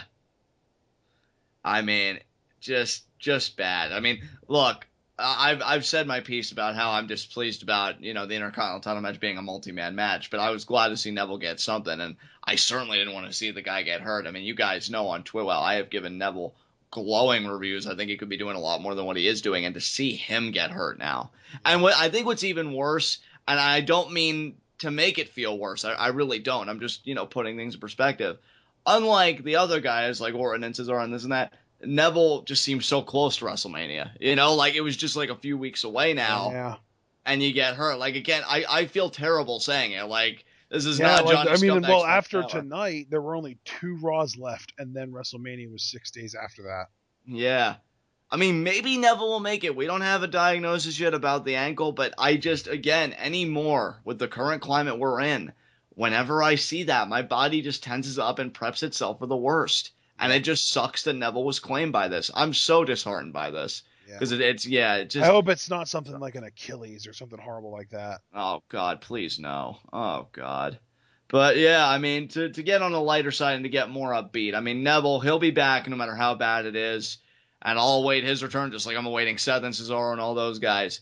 Jericho gave great coverage here. I mean, this is not just being a good heel. This is being an intelligent veteran. And this is knowing the business. Because I think he even was able to say to the ref, hey, he's hurt. Alert him what's going on. Like you said, they did the improvisation with the finish.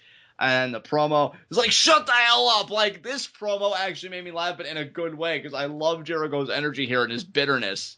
Yeah. Like, stop chanting AJ Styles over. Like, he's so insecure. And he's just still running down AJ Styles. But then AJ's music hits. He comes out. Him and Chris go in a little bit. But yeah, ultimately, he gets the winning end of it with the flying forearm. Which, you know what? I don't know what Twitter user tweeted this to AJ. But whoever it was, thank you. Because I will start calling it the Style Smash. If they want to make that a more legitimate move. I like that name that they came up with. So, yeah. They actually gave it a name tonight. Oh, what did they name it? The Phenomenal Forearm. Pass. I'll give it a passing grade. Yeah, I won't come back to it. Wow, that surprises me. When you said pass, I thought you meant like pass. Yeah, I know. I had to qualify that very quickly because I totally see where you're coming from. But yeah, I'm okay with that. I'm okay with that. So the phenomenal. I agree, though. Style Smash would have been way better. Well, I mean, yeah, that wordplay though. So yeah, Style stands tall. Again, like, this is another case, except, with vast differences. Great heel work by the heel, except the babyface is actually a worthy receptor of, that babyface momentum. It's just we've seen this match so many times already. I really wanted a fresh WrestleMania program for AJ, and I still can't find myself getting into it. But I'm just glad to see him get a little measure of revenge here tonight. Yeah, I mean, it's one of those things where you kind of struggle to kind of justify mentally having this match happen again when we've already had it 3 times in basically a best out of 3 series, but the match is still going to be good regardless. Yeah, you're absolutely right. You are absolutely right. This match is still going to be good, especially with Jericho fully committing to working heel. Yeah. I think that'll be slightly a breath of fresh air to this match. So I think from that perspective, I can look forward to it. I mean, again, compared to the incoherence on the rest of this card and stuff, I can be a bit lighter on this match. So yeah, I mean, Jericho's pulling his weight. Styles is being phenomenal. No complaints here. Yeah. All right. Up next was our main event segment. Vince McMahon comes out. I guess he didn't get the reception he was hoping for, so he has Lillian announce his name again, and the crowd responds a little bit better, I guess. What an asshole. I know, yeah. He talks about Shane, talks about how Shane is promising all these different things that he's going to bring to the WWE Universe and all this stuff, and sounds good, but it'll never happen. And then he calls out Undertaker, who he calls his instrument of destruction. Taker gets in the ring and then kind of gives McMahon a weird look, and then McMahon tries to assert his dominance, damn it. And he tries to tell Taker, never put your hands on me ever again. And Taker, his response isn't, oh yes, Massa, of course, Massa. His response is he takes his coat off, takes his hat off, rolls his eyes into the back of his head, and just intimidates the shit out of Vince. And Vince just kind of backs into a corner and is just like, you know what? I didn't think before I said that, and I apologize. Yeah, he kowtowed majorly. Yeah. It's just hilarious, actually. It's so funny, Ashton, because we were talking politics briefly earlier, and the way you frame that, like, oh, Shane's promising all these things, but it'll never happen. I feel like Vince is the Donald Trump in this scenario to Shane McMahon's Bernie Sanders, because he's like coming in and promising this shake-up, and Vince is like, no, it's not going to happen. And not only is he saying it's not going to happen, he's using the most violent means he can think of to keep his status quo, to keep everything maintained. So, yeah, just funny to think about in that context. But, yeah. So maybe Vince is more Ted Cruz. Maybe. Yeah, that also works. If we're going violent, yeah. Yeah, I mean, that certainly works. Trying to rein Taker. Taker's like, excuse you? And he puts his old ass in his place. Like, I enjoyed it, man. I'm like, Vince, you got exactly what you deserve just now. I do not sympathize with you whatsoever. And, then Shane comes out, which, credit to Shane, man. He's a good guy. He's trying. I'm guessing everybody in their own way is trying. Yeah, but this promo was weak as hell, though, from Shane. Well, see, and here's my thing. Not to necessarily defend Shane, because I agree with you, so I'm not trying to absolve him of what was clearly wrong. But I feel like that's partially because, is Taker really an antagonist? Shane even acknowledged, and he acknowledged again tonight, you have a legacy here, Like, you are the WWE. You've been doing this for so many years. What is it? Like, he referenced 25 years specifically at WrestleMania. Yep. So, he respects The Undertaker. If Vince, and again, I still don't even understand the logic if we were really being nitpicky, why he wouldn't choose Brock Lesnar, since that guy has a very dominant record over The Undertaker, but I digress. Again, where's the hatred? Where is it? Like, now, if Taker was willfully serving Vince for whatever reason, because, I don't want these changes because, I came up, with the McMahon Empire, and I don't like the way Shane's speaking or something. But one, it probably wouldn't work anyway because Taker has that legend status, and even if he does get booed, it's not going to be long-lasting. People love The Undertaker. They do.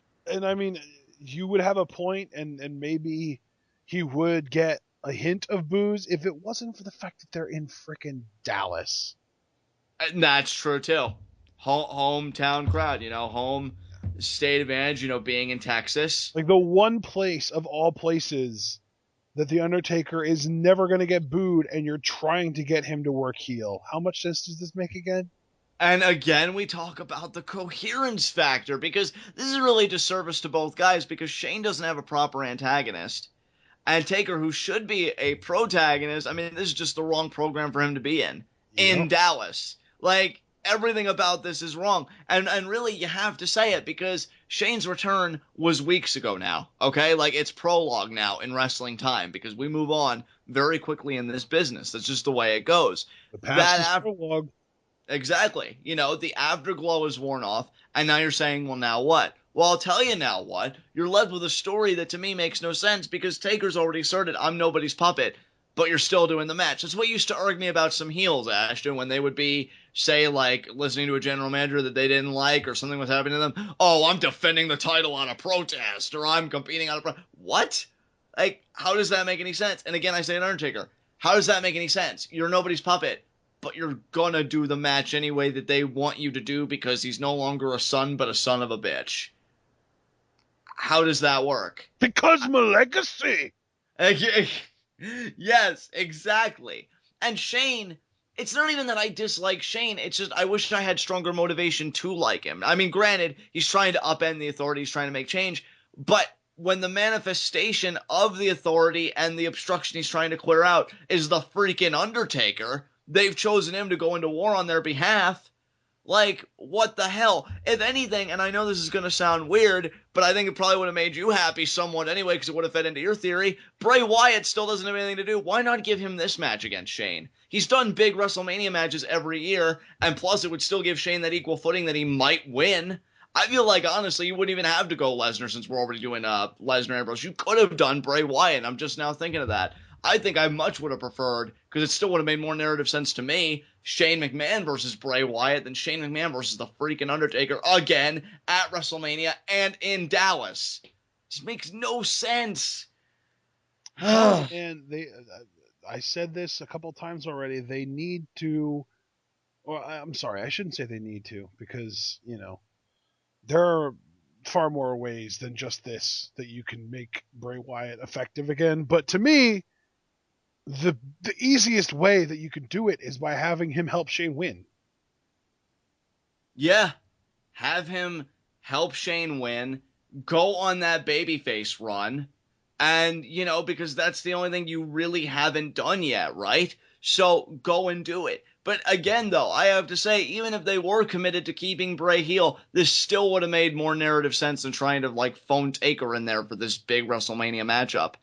How is this going to... Because people will probably pop thinking, oh, man, the authority's over, but then they'll think, wait a minute, our guy lost, Taker got beat, not only at WrestleMania, but in Hell in a Cell. In his hometown. In his hometown. Or at least home state, I don't know.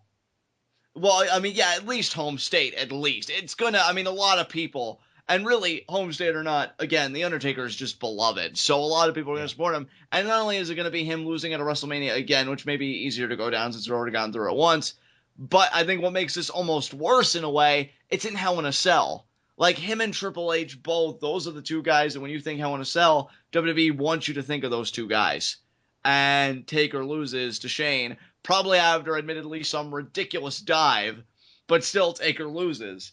I don't know, man. The more time progresses when they try and build this match, and the more just we distance ourselves from Shane's initial return, the more this match doesn't even really look good to me from any kind of standpoint. And it's sad, because this is one of the marquee matchups of WrestleMania this year. They get into a little brawl. Shane initially gets out of the choke slam. He battles Taker in the corner, and I love this, right? Because it actually looks like Shane's holding his own, and he's doing fine, but what makes the difference? Vince shoving Shane into the Undertaker. Because, that makes Taker look dominant, needing Vince's assistance. I love that now, after so many years of dominance and even being able to beat Bray Wyatt last year at WrestleMania, now we're acknowledging that The Undertaker is an old man that can't move the way he used to. Yeah, against Shane fucking McMahon of all people. It just sounds so much more ridiculous when you say it out loud. Exactly. Again, and it's not even like a big change you need to be made. Why wouldn't you just have Vince leave as soon as the skirmish broke out, and then have Taker regain control with maybe Vince giving a sly smile at the top of the ramp or something? It's not that hard. Even the story that I don't want... that sounds way too simple, damn it. Even the story I don't want. I'm helping you slack-jawed idiots write better than you're writing yourselves. I'm not supposed to do this. I'm the fan, okay? I'm supposed to just lazy around all day waiting for your product to entertain me. Don't make me do work, damn it. God, it's painful. When is the pain going to stop? Oh, wait, I know the answer to that. Pain's going to stop Wednesday when we get an amazing world title match between Phoenix and Mil Muertes that actually has a competent, well-written, and thorough story that's spanning 2 seasons now. God. And the trios title match too between Team Havoc and the Disciples of Death.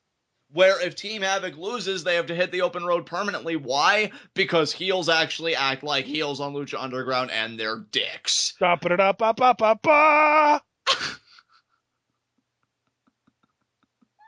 That little thing just now put me in a better mood than most of this episode did, apparently, given my salt levels. Yeah, dude, I have nothing else to say. I almost blame this Raw and us examining it more closely because I liked it better when I was looking at it from afar. I was in a good mood. I think you people could even hear, you probably have like this meter that engages my energy throughout the episode because I start out real high in the intro and I just feel like I've been slowly dying ever since. And I'm just bleeding out. And nobody's even going to come to put the bullet in my head because I did something in some life somewhere that I just have to suffer until WrestleMania 32 is over. And then Roman holding the championship, I'm going to smile, not because he overcame those odds and my nepotism and my family's here. It's going to be because finally my pain has ended. Until you have to deal with a year-long run that culminates in him losing it to Cena for his 16th title. And you know what's going to happen, though? And I will say this is just the bit of optimism that you guys have come to expect from TWitWoW. Right as the pulse is about to fade, Seth Rollins' music is going to hit, and I'm going to come back to life 10 times stronger. I think we might get Cesaro and Seth around the same time, too. And you know what? That's perfect, because I promise you guys, if my cynicism's correct, and they give him a year-long run as a babyface because they just can't see it, oh, I will come back with a fucking vengeance. This isn't over. Oh, you'll kill me now. You'll kill me slowly now. I'll be back. Live reactions are a thing, people. I know how to use them. Trust me, you've seen it. So, with that optimism in mind, and just thinking about Seth Rollins, who I actually read, I think a week ago, he's already back in the ring training, and people are actually very impressed with his progress. So that's right, people. He's out there. He's putting in the work. Unlike July, WWE, man. July. He and Cesaro are both going to be back around June or July. That's right, people. Mark it Actually, I think it would actually, it looks more like May or June as opposed to June or July. Yeah, because I honestly can't believe that Seth's back in the right line, and neither can a lot of other people. Like, the experts just think, like, wow, this recovery is going so well. Yeah. Seth is putting more time into getting his career back on track than this WWE is giving you people a palatable WrestleMania. So we're all screwed, but at least we can look forward to Seth Rollins' imminent return. And trust me, it will be glorious, especially if it happens, like, at a pay-per-view to close a pay-per-view. Those live reactions, instant legend status. And I'm telling you, man, they're writing an intentionally garbage show because of the fact that they have the injury excuse to back them up. They're like, oh, well, if the show ends up being bad, it's not our fault. It's because we had so few people to work with because of all these injuries. That's bullcrap. It is. That is bullcrap, and you're lazy, and you should feel bad. You know what? I'm going to say it, because, I've been having a little bit of fun, with Mundo throwing the barbs at Seth, but I fucking love Seth, okay? And I'll say it. WWE, you do not deserve Seth Rollins. He is too good for your ass. He is really too good for your ass. He is working his ass off, rehabbing, and getting back in the best shape he can be, which I commend him for, because I know when I was injured, all I wanted to do was sit all day, okay? He's working hard. He's putting in the work. What are you guys doing? Fuck all. That's what you're doing. You don't deserve him, people. You don't deserve him. Do a better job. This WrestleMania looks like it sucks. Anyway, that's the last bit of salt. I'm closing up shop, so I hope you all enjoy the pretzels and the popcorn, but we still have a few more segments here. Unless, Ashton, do you have anything you want to say about this whole main event thing? No, I think it's safe to say we can move on. Awesome. High spots, low shots. I'm really tempted to make the low shot me and you for having to endure this crap, but I won't. My legitimate low shot is Dolph Ziggler. Because even though he didn't necessarily lose anything, he was talking about how he loves this, how he doesn't care, how he'll never quit. Stephanie said he was going to break his spirit. They build this whole atmosphere like, man, Dolph's going to do something. Maybe even because of Roman Reigns, but he's going to do something. And you know what? He does do something. He loses clean. just like Dean Ambrose. So, way to build those baby faces, WWE, because protection, what's that? And believe me, out of context, that becomes even 10 times more horrifying. But for the last time tonight, I digress. Ashton, who's your low shot? Oh, I feel like that's not going to be the last time tonight. My low shot, though, is in fact Dean Ambrose, because he failed on Saturday and then tried to act today like failing on Saturday wasn't a big deal, and like he didn't even really feel that bad. And he provoked the beast, and then he almost had an identity, and then that identity got swept aside for him to get a hand-me-down from another legend. Jesus Christ. What a horrible night for Dean Ambrose. But yeah, I mean, Dean, you're not Adam Cole, okay? Your failures actually have gravity. You just can't get on Facebook the next day and be like, oh, I'm going to regain that world title. It doesn't work that way. I mean, primarily because you've never even held it in the first place. But, you know, whatever. So I agree with you. It was a rough night. I did enjoy the barbed wire hand-me-down, but again, you really made me look at it in a different perspective. While I still liked it, and I won't back up that much, it really could have been done better and given it greater narrative strength for this matchup. So I like your low shot. My high spot. My God, who stood out on the show? Let's think for a second here. You know what? High spot is also Dolph Ziggler, because, damn it, he was impressive. You know what? I'm just to show how screwed up this show was. My high spot's League of Nations, because they illustrated. That's actually a really good high spot, dude. Yeah, and well, see, here's my thing, right? It's a good high spot in one sense, but I think it's more of a commentary for me, even using this, high spots, low shots as a vehicle, because here are guys, 2 straight title matches they have lost, and yet, because their beatdown was so impressive, they've just completely rewritten the rules. They've got a 3rd title match now at WrestleMania. Yep. So, if that's not a great high spot, that you can lose 2 title matches and still be a contender, there's hope for us all, people. There's hope for us all. So, were you serious about Dolph being your high spot, or do you have a legitimate pick that you want to put out there? No. I was just saying that as a joke, because, like, Dolph had the worst night, but he also stood out the most, so he could be, like, your high spot and low shot at the same time. Right.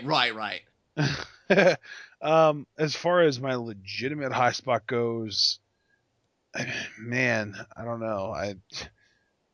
Honestly, I'm tempted just to say Triple H, because that just seems like the easy pick. So, I almost have to, don't I? There really isn't anyone else. You kind of took the only other, maybe Ryback, but he got no reaction, so I can't even give it to him. So yeah, I guess as much as I don't want to, I have to give my high spot to Triple H, because no one else really had that great of a night. Oh, man. All right. I actually like it. You know what? Because he won. Yeah, he got a beatdown, but you know what he got out of that beatdown? Sympathy, because the crowd just soundly rejected Roman Reigns. Yeah, so, I'm almost tempted to, like, recant my low shot and make it Roman Reigns, because of how garbage his reaction was. Yeah, normally when an actual babyface returns after being out for some time, even though for Roman it was just a few weeks, they get embraced a little bit. You didn't. You failed. Dude, how bad of a babyface do you have to be to not even get that much of a return pop? I know, dude. I know. That's like one of the most lauded pops out there. How painful is it for you? Because maybe I'm the only one that just feels like I just get repeatedly kicked in the kidney. That, we've been talking so much common sense about everything that's wrong. And no, we're just going to keep walking off the cliff anyway. Like, it's horrifying to watch this. Dude, I'm not even joking when I tell you. I was thinking earlier today, like, I wonder how many viewers we would lose if we just became an indie channel and only covered the smaller companies like Lucha Underground and ROH and New Japan, and just didn't even talk about WWE at all. I mean, we could even still continue to cover NXT, but, like, I don't know, man. Like, WWE, I feel like whenever we do talk about it, we always just complain about it. And that's, like, we originally made this podcast because there were so many negative wrestling podcasts out there. We wanted to be positive. And now and that's the thing too. Like, we are super positive about everything else, but WWE has gotten so bad that even us, whose standards were low enough in 2011 and 2012 to find mostly positives with the product, we're struggling like to find anything to grab onto to make us feel entertained. Do you see that, WWE? You are so pitiful right now that not only have we lived long enough to become the villain, but you've given us now an existential crisis. Like, what do we even do here? Because I'll be honest with you, since you brought it up, right? I look at people that I converse with on Twitter, which I'm just so grateful for, because I was so resistant to it, because I'm not the best with social media. I didn't really know how I would be, but you guys are terrific. And one person that follows me, Jackie, she is so passionate about women's wrestling, and she's been telling me, oh, John, you gotta check out Shine 29 and Shine 30. Honestly, she speaks with such enthusiasm. I'd love for us to start giving, like, Shine some shine, pun intended. It's gotta be better than this crap. Yeah, yeah, phone it in, people. I tried, okay? Still tried harder than this WrestleMania. Because I'm telling you, like, it's gotta be better than this stuff. And, I wouldn't be, New Japan is looking like it's going to cook on all cylinders. We're going to be all over that. And you guys, I'm already licking my chops, thinking G1 Climax, because summer is going to be insane for the TWitWoW channel here. Lucha Underground is love, Lucha Underground is life. In fact, Mark Shoneman, he even said, like, he made plans with people. My reply to him was just the word cancel in all caps at least 10 times, or how many you could fit in, like, 140 characters. And then he said, don't worry, I'm just going to expose X amount of people to the greatness that is Lucha Underground. So that's how great Lucha Underground is, that I'm telling him, forget your social life. Lucha Underground takes precedence. If I knew, oh, John, we have a family gathering, screw my family, man. It's Lucha Underground. That's all that matters. PWG. Amazing. Yeah. The show Lemmy that we watched, like, the video preview for, looks freaking incredible. Okay, and I've actually seen images being tweeted from the show. Looks like it was a great show. So many better, more viable alternatives than this crap. And here's the thing with WWE: I like NXT, and I even like SmackDown. SmackDown's not really a productive kind of must-see show in that way in terms of storylines and stuff. But at least the matches and the commentary. I feel like we'd be better off just watching SmackDown than we are just watching Raw, because SmackDown tells you everything important that happened on Raw anyway with the recaps. That's so true. Maybe if we wouldn't watch Raw, it would make us actually appreciate the SmackDown recaps. Yeah, you're probably right there, dude. You're probably right there, because it's really getting to a point where, I've criticized 3 hours for so long, so that's not even any new commentary. But it's not even 3 hours at this point, though. At this point, it's just stubbornness. Exactly. And a complete unwillingness to recognize what your crowd wants and give them what they want. It's just not healthy. Like, I have to believe. This is the kind of shit that costs you your audience in the early 90s, Vince. Yeah.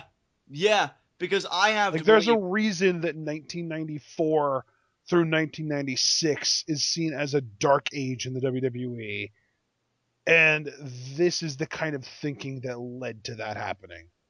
Even him saying, even if it was just in character, telling Lillian, say my name again, I thought that was so indicative, because, again, it goes back to that mindset. These people are going to do what I want them to do, and nothing less than that. Yep. And it's just terrifying, because I have to believe, though I concede, that I'm eerily starting to believe that Lucha Underground can't even have any follies. But if they were to make a mistake, they would steer the ship off course, and they would fix it. They would rectify it, and they'd get back on track. But Vince is just so consumed. He's so myopic with his vision. And again, if people want to know what that term is, just think tunnel vision, just very narrow-minded. And he's just going to go off the track and not care. And if he doesn't care, why should I care? But I do, for whatever reason. And I'll tell you the reason. I know the reason. It's because I know that locker room is so talented. You have so many great talents, and just the way they're being handled is really, I'm not even going to be mince words. It's an absolute disgrace. It's a disgrace. That's really all it is. I hope this WrestleMania can be good, but to your point, Ashton, because you said it earlier, even if this WrestleMania was good, we have fun, whatever. Doesn't mean that the build wasn't atrocious. Doesn't mean that it wasn't like pulling teeth getting here. Dude, you figure that after, this latest episode of Lucha Underground, this upcoming Wednesday, Aztec Warfare is next week. I can tell you with that little bit of build, they've done more to make me anticipate Aztec Warfare than WWE has the entirety of WrestleMania. Yeah. I mean, world of difference there. So that's that. And isn't it fitting that we're doing all these complaints when our final segment, Raw Request? Now, Raw requests suck less. I mean, yeah, I was even going to say that laugh is entirely appropriate because you could go that route. And honestly, this is the first time in like the last few weeks, I don't even know what my Raw request is because honestly, the real question should be, well, where do I start? You know, that's just where I see it. Do you want me to go first? Yeah, you go first. Okay, my Raw request is really simple. Give your characters motivation for why they have matches. I like that. And while you were talking, I actually thought of my Raw request because correct me if I'm wrong because then I'd have to go back to the drawing board. Why family wasn't on this show tonight? No, they weren't. At all. So, my Raw request is, don't insult my intelligence. Because you had Luke Harper versus Brock Lesnar at Roadblock, which already got an uproar enough, and you tried to cover it, be like, oh, you know, why Bray do whatever? And then you don't even get him explaining himself in his own words on Raw. No Wyatt family. Well, I mean, the rumor is that Bray had a legit back injury, and that's why he couldn't compete. Okay. That's fair enough.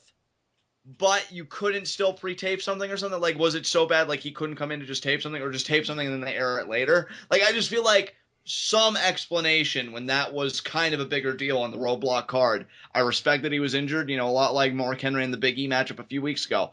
I can, you know, take away some of my criticism, but I just feel like some mention or something, even if not from the Wyatt family. I mean, commentary likes talking about everything else.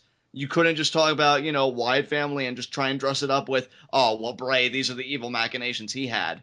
Like, it's just a gaping hole. And again, it just goes back to the lack of effort.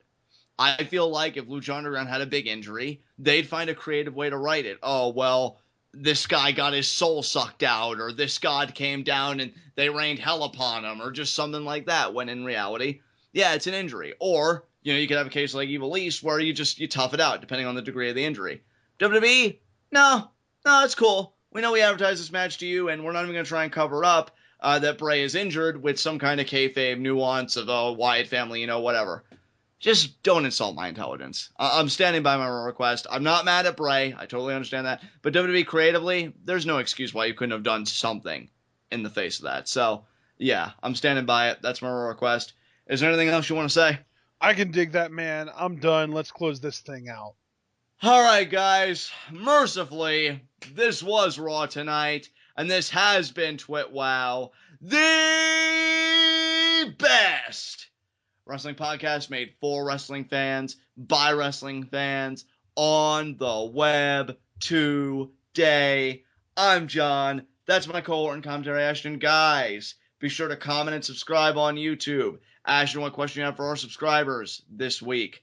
Well, since it's the only match that I legitimately think has a comprehensive story going into WrestleMania, who do you guys think is going to walk out of Mania Divas champion? I like that. I like that a lot. So yeah, guys, give your thoughts down below. Who is walking out of WrestleMania with the Divas Championship? I am sure BX Girl is going to pick Sasha Banks, as am I personally, but I'd like to see if anybody's picking Charlotte to retain or Becky to win. Be sure to take the conversation over to Pwitov. That is Pro Wrestling is taking over Facebook. I'd say a lot of WWE fans on there, but I'm not so sure after a Raw like this. You're going to have to test the waters for yourselves. But yeah, they always do a Raw thread. They always talk about the show. So if you want to vent, you'd have a fine home there. Be sure to like the TWitWoW Facebook page, share and interact with the content on there. If Facebook isn't your medium of choice, we're also on Reddit. And on that Reddit, you can find all of our TWitWoW content, and members of the TWitWoW subreddit can start threads of their own on all things related to pro wrestling. Whether you want to talk about something old, impart something new, or anything in between, you know, Reddit's a fine place to do it. But if you want to get on the ground level, and you've heard me talk about this medium, you know, all throughout the show, Twitter is the best lines of communication for us directly. I love interacting with you guys there. Ashton can have some classic tweets on there when it's about like a horrible Raw or an amazing Lucha Underground. So you can follow us on Twitter. I am at John_TWitWoW. Ashton is at apond404. That's the letter A. Pond, the body of water, POND 404. And we will see you again for our Lucha Underground review Phoenix versus Mil Muertes for the But Lucha first, live Under- reactions. First live reaction, sorry, which you know is always going to be crazy. But then our formal review, where we will talk about Phoenix versus Mil Muertes and address whether the myth finally became a legend. Until then, tune in and peace out.